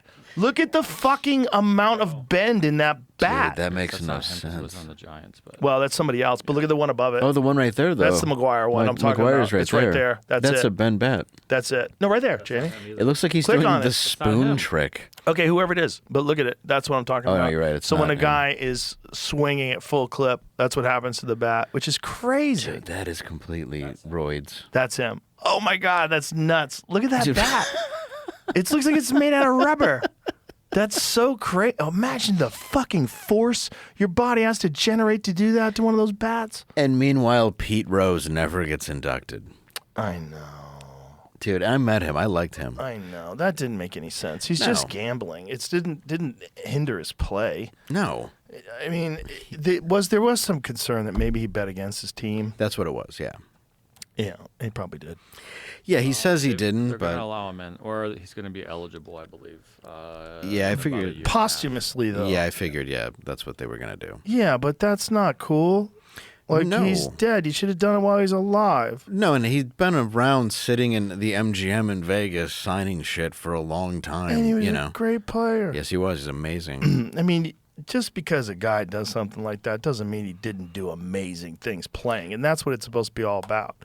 The guy was an all-star. He was one of the greatest of all time. And you took it away from him because he likes to gamble? Yeah. Guess what? That's also probably why he was so fucking good, because he was wild. Yes, exactly. He was a wild boy. It's true. Yes. And, look at Jordan. Oh, dude. Well, yeah. Degenerate gambler. Yeah. The greatest basketball player who ever walked the face of the fucking earth. Yes, and Yeah. like Pete Well, Rose's dad wasn't taken out. Comes from the same place, man. It Dude. comes from the same place. Yeah, it's same deal. Well, yeah, because there's a part of you that wants to do risky things if you're Yes. willing to go that far. Yeah. You have to have that element in Yeah. you. So you Yep. kind of want to go like, yeah, he threw a few games with the confidence that the team would still be fine. That's kind of amazing. If he did. That's a guy chasing money. He's probably well. That the thing they said about Jordan was that he wouldn't pay. Yeah, well, that's, yeah. Yeah. Yeah, there's a lot of shady shit that happened with Well, that him. was that golf hustler that beat him out of hundreds of thousands of dollars, and then Yep. wrote a story about it because Jordan wouldn't pay him. Yeah. Then it kind of started getting out, and then Jordan's dad got murdered. That's and there was, why, yeah. There's a lot there. Yeah. Yeah, the connection with that people may have taken out his dad over Mm-hmm. gambling debts, which is rarely talking about. You know, here's another connection that I never Talked considered until recently. Remember when Cosby's kid got murdered? Yeah, I have. And the everybody same. was like, "Oh, it's just a random crime." Maybe not, right? I don't think it was now. Well, now that you know what Cosby did, imagine if he did that to someone's daughter, and they said, "Oh, well, guess what?" Because he wasn't robbed. Right. They didn't take anything. Right. He was just changing a tire. Yeah. And who knows if he even was? They could have flagged him down. Exactly. Who knows if he even was, Yeah. or who knows if they maybe flattened his tire Exactly. To so catch they, him. Yeah. They know he's going to drive, flatten his tire, let him drive off for a little bit, and he's eventually going to have to stop and pull over. It Yeah. seems so random to just kill someone for fun. It's rare. Yeah, very rare. And when you know what Cosby did, it makes you go, "Oh, maybe there's something there." And now the stuff that has come out is so, dude, it's so dark. I heard this lady say that he might be the most prolific serial rapist in history. I wouldn't doubt it. But you imagine how insane that is? The guy who is the, Mr. Huxtable, Dude. Dr. Huxtable, the head of the fucking family and the most wholesome sitcom. Everybody loved it. Crossed the race barrier, made everybody think of like this black family. It was like incredibly respectful and well put together. And how great is this? Dude, Bill Fresh Cosby's Prince, amazing. all that doesn't exist without him. Right. Yeah. Right. And he had a gynecology office in his basement, which he just slid past everybody on the show. He had a gynecology office? Yeah, Dr. Huxtable was a gynecologist. And he was a doctor, and in his basement is where he saw the women, and no one thought anything about it. Well, how about the one episode that he did about Spanish fly? Dude, and he would talk about it in his act. He has like old records of Spanish fly. Yeah. Where he's just talking about it like the whole audience is like, yeah, the rape drug. That's hilarious. Yeah. Oh, and Bill. He had a whole episode of the show about his special barbecue sauce. Yes. Oh, and everybody started making out with each other. Yes. And like groping each other. How crazy is that? Well, did you ever see the Cosby Mysteries intro? No. It's a pill going into a martini, and then it just says Cosby Mysteries. Like, What? Yeah, I think he was more deviant than we actually realize, and was leaving these like little like taunting breadcrumbs. I had heard that he was doing that kind of stuff in the 90s when I was on news radio. Yeah. I'd heard from people that knew him or people that knew of him. Yeah. and, like that he drugs girls. I was like, what? Bill Cosby. I was like, this is crazier than Lee Harvey Oswald acted alone. Right. Like, what are you talking about? Yeah, I heard he was like I heard he had sex with a lot of women, and I was like, well, okay, like He's that. It's a famous. different thing. Yeah. Like that's I'm like, whatever. So he's not spotless, I would assume. I heard about it in Hollywood. That Yeah. he was. People knew it was like an inside secret. But then, like when I started becoming a comic, and I was doing small stuff, like not the HBO Vegas Festival. This is it. Yeah. The Look Cosby at this. Mysteries. Oh, that's so weird. Okay, but this is His like. reflections in it. But this is a mystery, like someone's drugging someone. Right. This was a show about. This was like a cop show, right? Yeah, he came back out to. He came back out and did a cop show. Yeah. How weird. It's just crazy that the first thing in it though is a drink being drugged. How weird. When was the Cosby Mysteries? Oh, I think it was It says 94. 90. Was it 90? Yeah, mid 90s. How long did that last? I think a season or two. 94. Yeah, 94. Yeah, it didn't last very long. Wow. Yeah, people wanted to see him in comedies. Like, why do Yeah. you have the most loved comedy sitcom star ever? And in his a film mystery? career wasn't great. It was like Ghost Dad, and he did it. Yeah. It was all very.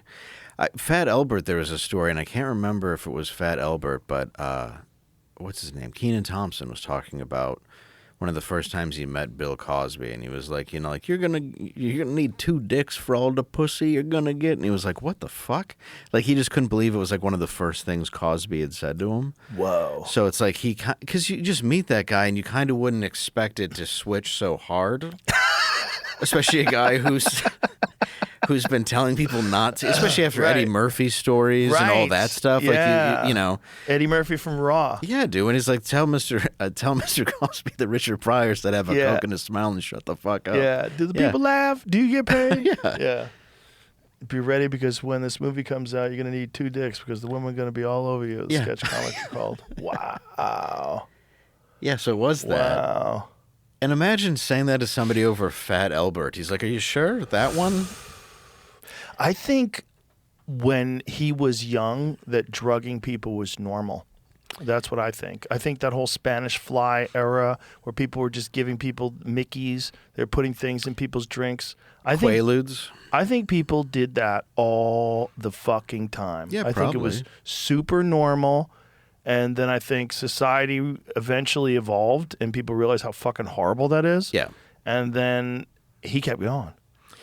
Oh, That was his move. yeah, absolutely. Especially when he got old and ladies didn't want to fuck him. They wanted a career. Yeah. And they thought maybe Bill Cosby said he's going to help me with my acting. Yeah. Next thing you know, you wake up and your panties are off. And you're like, Well- what happened? And a lot of them, too, when you see like the roles they would get on the Cosby Show now, you have like supermodel looking women playing a cop. And it's like he would have private dinners with them, like in his green room, just little like super shady shit. Boy. Yeah. So yeah, like I guarantee you, maybe him and who was it, Jordan? I've met him, Belfour.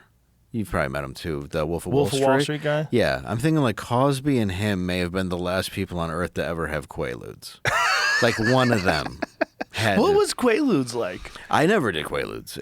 I think they were. Joey Diaz was extinct. a big fan. See, he's older to remember that. Yeah. Yeah, because I've heard him talk about it. Yeah. But I've never done Quaaludes. I think they were like, I think the last one was like Spanish 96. Fly. Look at that. She'll do things she's never done before. Yeah. Increases sexual. I don't even think it's real. Dude, it's an ad for rape. Yeah, that's real. But the stuff. Yeah, it says it comes from parts of a beetle. That's what they used to say. So yeah. it really works. Whether it works or not, I would say. But that's what I'm saying. I mean, I'm sure it's real Oh, you mean- as like a product, but I don't think there's a thing that actually makes you horny. Said it would give you extra, like it's like a pre-Viagra type thing. Yeah, but that doesn't get you horny. Like Viagra it just increases blood flow. Someone had it when I was maybe, I don't know, in middle school. Somebody had Spanish that. fly? Yeah, like a bottle of something that said Spanish fly. Okay, Google this. Does Spanish fly work? So that's sort of what I was getting. I ended up in marketing because I. Look at all the ads you Marketing. found, I though. wanted to It's, see how they were love. selling Look it. at this. Love with no strings Strings attached. attached. That's a flight attendant I don't ad. think that's for Spanish Flight fly. attendants were fucking hot back then. They would Oh, hire. yeah. They would hire only hot flight attendants. They would fire you if you Back then weren't. about it. Spanish fly movie. So just Google this for me. Does Spanish fly actually make you aroused? Dude, if there's a movie, it was popular. Does it work? Let's see. Spanish fly is not an aphrodisiac. It's a toxic substance called cantharidin, derived from blister beetles that can cause severe harm, including pain, burning, and internal damage. There's no evidence it increases sexual desire. Ingesting cantharidin can be fatal. While it causes burning sensation in the urinary tract that can provoke an erection, it is a dangerous side effect, not an aphrodisiac effect. So it gives you a boner while you're dying. Yeah, What would it do to women then if you're? Right. I guess knock you out, and that's why they're like, she's horny, bro. Okay, so just Google this. Is there a drug that makes you horny? Just Google that. It's like, is there a real? Yeah, put it in- aphrodisiac Real. Put it in a chat GPT or I mean- Perplexity or something. MDMA, I would, that. But it makes you loving, right? It makes you Yeah. like kind and want to hug people. I don't think it makes you sexual. But if you were rolling, I mean, and like a girl just like touched your knee in a way, Right. you were like, I might come. You know, it was just sort of. It was pretty crazy. With a soft dick. Yeah. Yeah, that's what sucked is it didn't help your libido. No universally proven aphrodisiac drug exists that reliably increases sexual desire across all individuals. The concept of an aphrodisiac, a substance that enhances libido or sexual performance, has been around for centuries, but scientific evidence is limited and often inconclusive. So some substances are marketed as that, historical, cultural substances, foods like oysters, okay, chocolate, okay, none of that stuff works. Medications, Viagra, but again, they treat erectile dysfunction by improving blood flow, not by increasing desire. Just examples of. Yeah, no, I get it. Hormonal treatments, testosterone therapy, boost libido. Yeah, but it doesn't like just make you horny out of nowhere. Yeah, I don't think there's anything. Like, what is horny goat weed at a gas station? That's just Nothing. like poison, right? Horseshit. Bath salts. Remember bath salts? Bath salts they used to sell at the gas station, and it was basically like some kind of like horrible drug that they snuck in by saying it was not for human consumption. Yeah. But it was a bath salt, so you throw it in the bath. And then, well, you would consume a human because you remember when the guy ate the dude's face? Yeah, that guy in Florida. But I always feel like you got to put that through the Florida lens. It only happened in Florida. That's true. If it is Florida, you're like, there could have been other elements. There's a lot of here. other elements in Florida. There's a whole lifestyle that could have led Yeah. to this. A lot of choices. But Florida, where that was the place where the pill mills really started popping off, because the way Florida had it set up, they had these pain management centers. Yep. And then attached to the pain management centers, they'd have a doctor that would prescribe it for you. So the whole thing was just to prescribe pain pills. So you'd go, you'd go into the pain management center. Oh, my back hurts. Great. You need this? Go right next door. And right next door, all they prescribed was pain pills. And they didn't have a database. So you would go there, and then you go down the street. Oh, my back hurts. Oh, great. Here you go.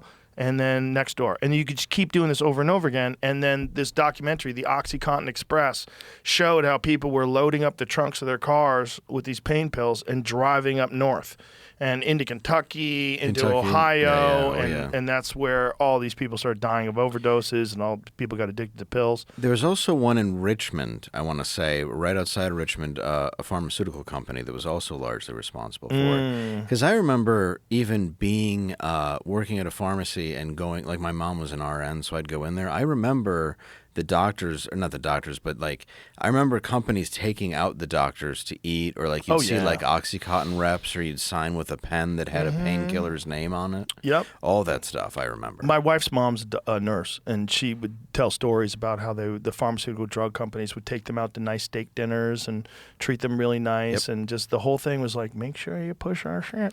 It was, give our product to the people coming in. And tell people how great it is. How great is our product? Dude, they used to give a lot. Like, I was getting when I got my knee messed up, I got hooked on on Vicodin. And I had taken lots of Vicodin before, but I took a prescribed amount that was just way too many for several months in a row. And then when I came down, it was one of the sickest times I've ever had to deal with. I'm like shaking, I'm throwing up every few minutes. And this was the allowed amount I was supposed to take. Like, how long did you? 4 a day for 2 months. And then. And how long was before you became normal again? Oh God, I felt real bad for about 4 to 5 days. Like for me, even when I quit smoking, like I used to smoke 3 packs a day for almost 12 years. Wow. And but I did a lot of acid and shrooms and shit, and it was fun. Balanced it out. One after the other one, dude. It was, but it felt good, So like, I would do that, but. Even that, I locked myself in a room when I was living in L.A., and I just didn't leave. I didn't leave the room for a week. I just got clean. Dude, I just let my body deal with the pain, and then I left. So it usually takes me about that long, to really detox my system. If it's something that isn't killer, alcohol was hard. Alcohol was really hard because I had started shaking when I wouldn't drink when I was 16. Ooh, boy. So, yeah. So you got addicted to it early. Dude, very early. So it's like a genetic thing with your family. Big time. And I didn't know about that until later, and like my dad had talked to me a bit before he died, and like, he died when I was 18, but he finally talked to me about what was going on with the family and stuff I hadn't known, and my uncle, who I figured had died of a heroin overdose, but my mom's like, he just had a big heart. Oh, boy. And you're like, did he? Can I just know the truth, And it turned out it was lines of years of addiction. Like my dad's dad was Irish guy, left him the day he was born. Walked in, saw my dad was a twin, he had a twin sister, and goes, I'm not raising 2, and walked out. Oh, boy. So then he was the opposite dad. He was loving, coach, all that stuff. Oh, that's awesome. He turned it, but... Fucked by the government. Oh, yeah, and then fucked by the government. He became a very... yeah. And it's crazy how that kind of addiction and mental illness is just fucking hardcore genetic. And when you have a family that has a long history of mental illness, it's very rare that you're like, I'm fine. Oh, yeah, it's very rare that you're an anomaly. Yeah, I'm fine. Because usually... Maybe you're not. I'm good. Yeah, and I just know so many people that are alcoholics that their family's an alcoholic. Like, guys, I had a buddy that he would drink and his eyes would glaze over and it wouldn't be him anymore. It'd be like, he's gone. We just got to wait until he comes back because right now it's whatever the fuck happens to him when he drinks. Just crazy, off the rails, like didn't remember anything, full blackout. Oh, yeah. You'd have to tell him you don't remember being on the table with your dick out. You don't remember? Yeah. He didn't remember anything. I was the guy on that side of the phone calls. See, they were like, you need to apologize to this person. Did you black out? All the time. All the time. So you didn't remember anything? I wouldn't remember most. Sometimes I'd brown out, so I'd kind of remember what we did. There was times where I was at a party, right? And then I wake up and I'm handcuffed to a bed in a hospital getting charcoal dumped down. Getting my stomach pumped. So I'm like, God. Oh, something happened. Because like I literally... But I went from like being at a party to just being woken up with a charcoal stomach pump. And I'm like, this isn't good. Do you talk about any of this stuff on stage? I do, yeah. Oh, yeah. I would imagine. You have to. Like, so ripe for material. Yeah. I put out a book. It's called Party of One, a Fuzzy Memoir, a little while ago. And it's all stories of my youth because I was trying to get it all out. And then I had to ask people, and I didn't put it out for years because I wanted to be like, hey, is it cool if I like talk about, and everybody was, and a couple of my friends who were my really good friends I had to fuck with, where I'm like, don't worry, I changed your name from Brian to Ryan so no one knows it's you. Little shit like that. But yeah, I talk about a lot of this on stage because, dude, I got institutionalized. I got like, wow. Yeah, it was all like crazy. Like, how'd you get institutionalized? The story I talk about in the book is what happened the night before, well, not the book, but on stage, because I have to kind of sum it up. I actually did it on This Is Not Happening, Ari's show. And what happened was I used to like bong pints and fifths for like a party trick. And I could carry around a case of beer and, drink that in a night. And mind you, I'm 5'6", but then I'm in high school. I probably weighed 140 pounds, dude. Like I was... And if I wasn't on LSD and I wasn't on mushrooms and I wasn't on K, I was drunk. Wow. So I would switch it all up. And the night before, I had bonged a fifth at a party. Like what do you mean by bong? You know the beer bongs that you Right. use that have like the funnel and go through? So my friend Anthony pulled out this beer bong, and my friend Nick poured an entire fifth of Absolute vodka. And Nick's like, dude, don't do this. You just drank the whole thing? Well, they put in a cap full of Sprite, then I drank the whole thing. And dude, I guess I say this in the story because this is what I was told happened. I was tap dancing. I told my girlfriend who I loved that she had orangutan titties, and then I fell through a table, a glass table. Oh no! And then I ended up getting taken home by the cops. I don't know exactly what happened, but my mom ended up calling the police, which is, like she didn't know what to do. I was doing something. Right. And they arrested me, and I was institutionalized for 2 weeks. And I stayed with a kid who thought he was a werewolf. So you had to go to a mental health institution. I went to a mental health institution because they didn't realize it was an addiction. They just arrested me because my behavior was so erratic. Oh. And I remember getting there, and I met and I'm not kidding, I met my roommate who was a werewolf. That's what he believed. And I'm like, I don't want to stay with him. And they're like, well, he's not really a werewolf. I'm like, yeah, I know. He's what not. happens when the moon turns full? Well, he attacked me. Oh, boy. Yeah. So, and they hit you. Boy. What they do is they grab a trank. It's called booty juice. And they hit you in the butt with it. And like the guards will fight you off. But after 2 weeks, they're like, it's not so much that he's got mental illness, which he does, but he's an alcoholic. He's a severe alcoholic. And but then, your roommate, the werewolf. Yeah. He attacked you when the moon turned white? Yeah, one night he just started howling. And I don't even think wolves howl. And he was way bigger than me.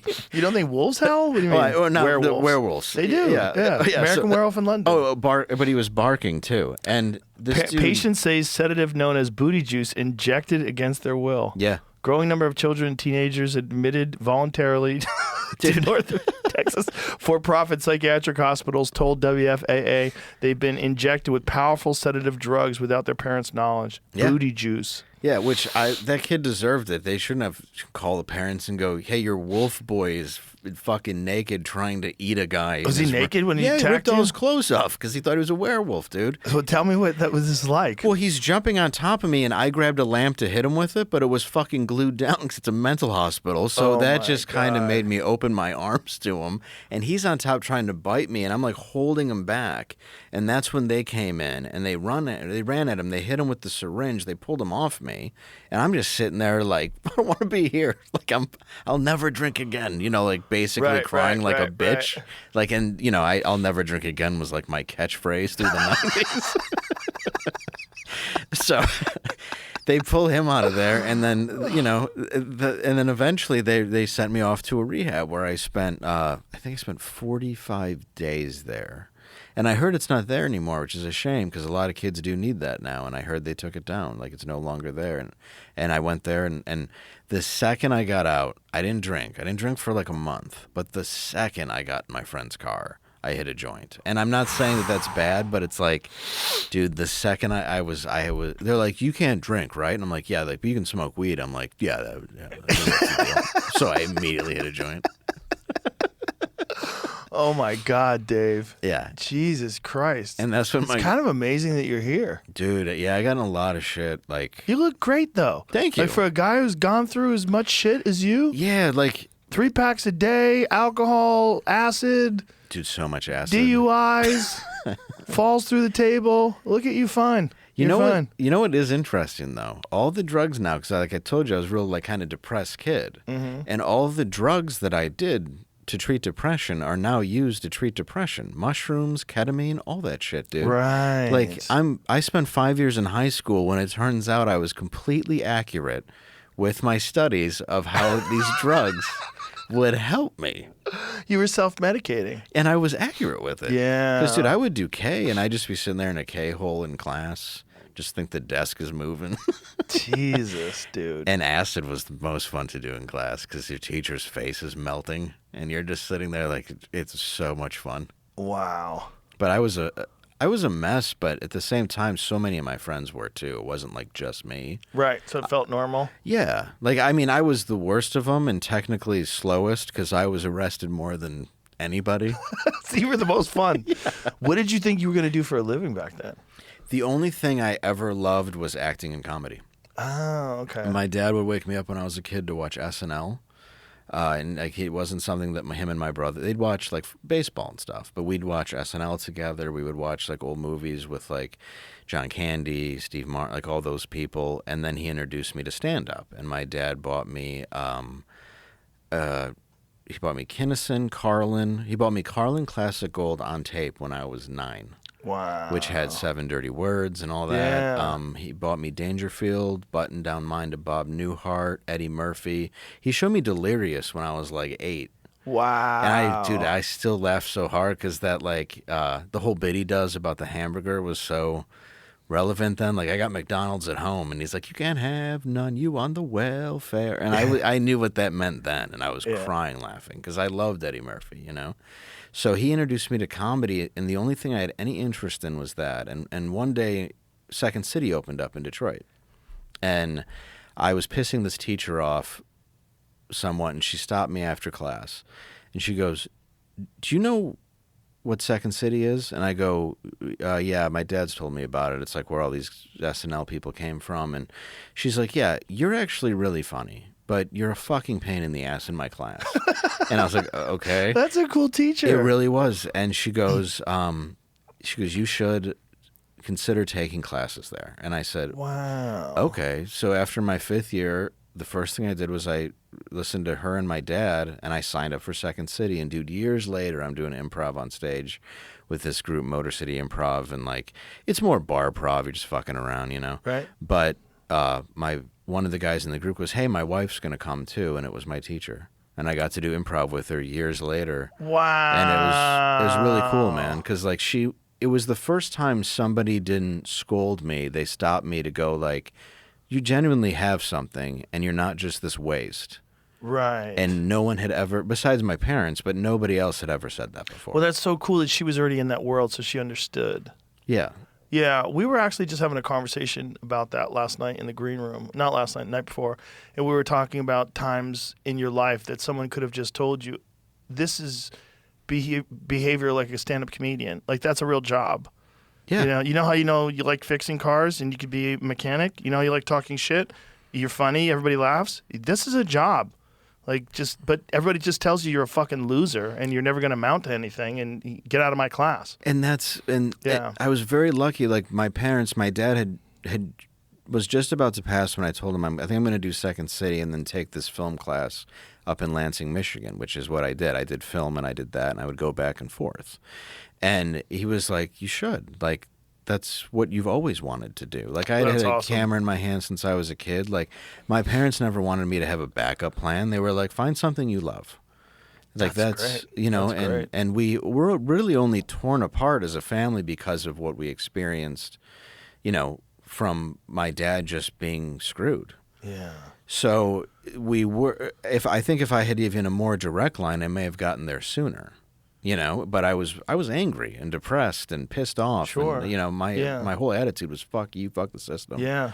So when I finally found that outlet, it was wonderful, dude. Especially when you're writing sketches and watching them come to life, and you're ripping on the people that have fucked you over, and like there's such a good feeling about that. Yeah. And a lot of people that I met have gone on to do great things. Like I was in a troupe with Sam Richardson, who went on to do Detroiters, and there's Tim Robinson, who I didn't know him well or anything, but we did improv a couple times, and it's cool to see him like skyrocket with I Think You Should Leave and all these other stuff. And Keegan-Michael Key was somebody that was out of the Detroit chapter. So there's like some really cool people that ended up coming out of there. What was the stand-up scene like? Like, what was the big club? The big club was Mark Ridley's Comedy Castle. Okay, I heard of that place. Yeah, and I started That's supposed to be with- a great spot. Dude, it's unbelievable. And he was the guy who you wanted to do stand-up in front of because he was there every night tearing tickets. Like, he was a part of it from the late 70s until he had a heart attack, maybe around 2010. His son Ryan Ridley was the head writer of Rick and Morty. Oh, wow. So he's a great dude. And you just had Mike Costa on. Yes. Mike was in my group when I started. Oh, no kidding. Yeah, he was one of the people that I started with. Wow. And then a guy named Matt McClowry, he's actually featuring for me this weekend, who's unbelievably funny, dude. At the Mothership? Yeah. Oh, yeah, nice. Yeah, he's got Nice. Asperger's. Adam knows him. Oh, and, terrific. dude, he's funny. Yeah. If any luck, he'll think he's a lady. At least he doesn't think he's a werewolf.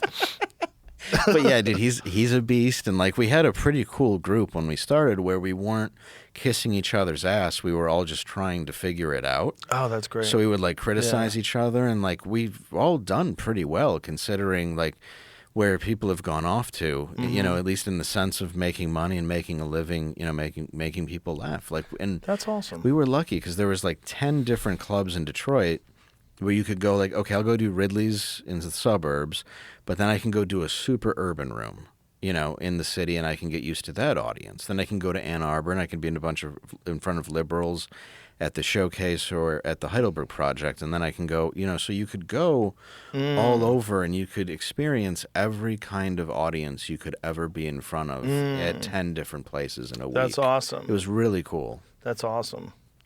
Well, listen, dude, this has been a lot of fun. Thank you. I really like talking to you, I'm man. glad you're alive. Thank you. Just listen to your stories. It's kind of a miracle that you made it this far, but you're a good dude, and it's always fun to have you at the club. It's been a lot of fun. Thank and you. I'm excited to see you this weekend. I appreciate it, Joe. Thank you very much. My pleasure, brother. Tell everybody how they can find you, all your stuff online. You can go to davelandau.com. I have everything on there. You can check out tour dates and everything. And also, I guess I brought up my book, Party of One, a Fuzzy Memoir. It did really well on Amazon. Nice. And it's a lot of people have enjoyed it. And a lot of the stories will be much funnier to you than they were for me to live. So I hope you enjoy it. All right. Beautiful. All right. Thanks, brother. Thank you. Bye, everybody.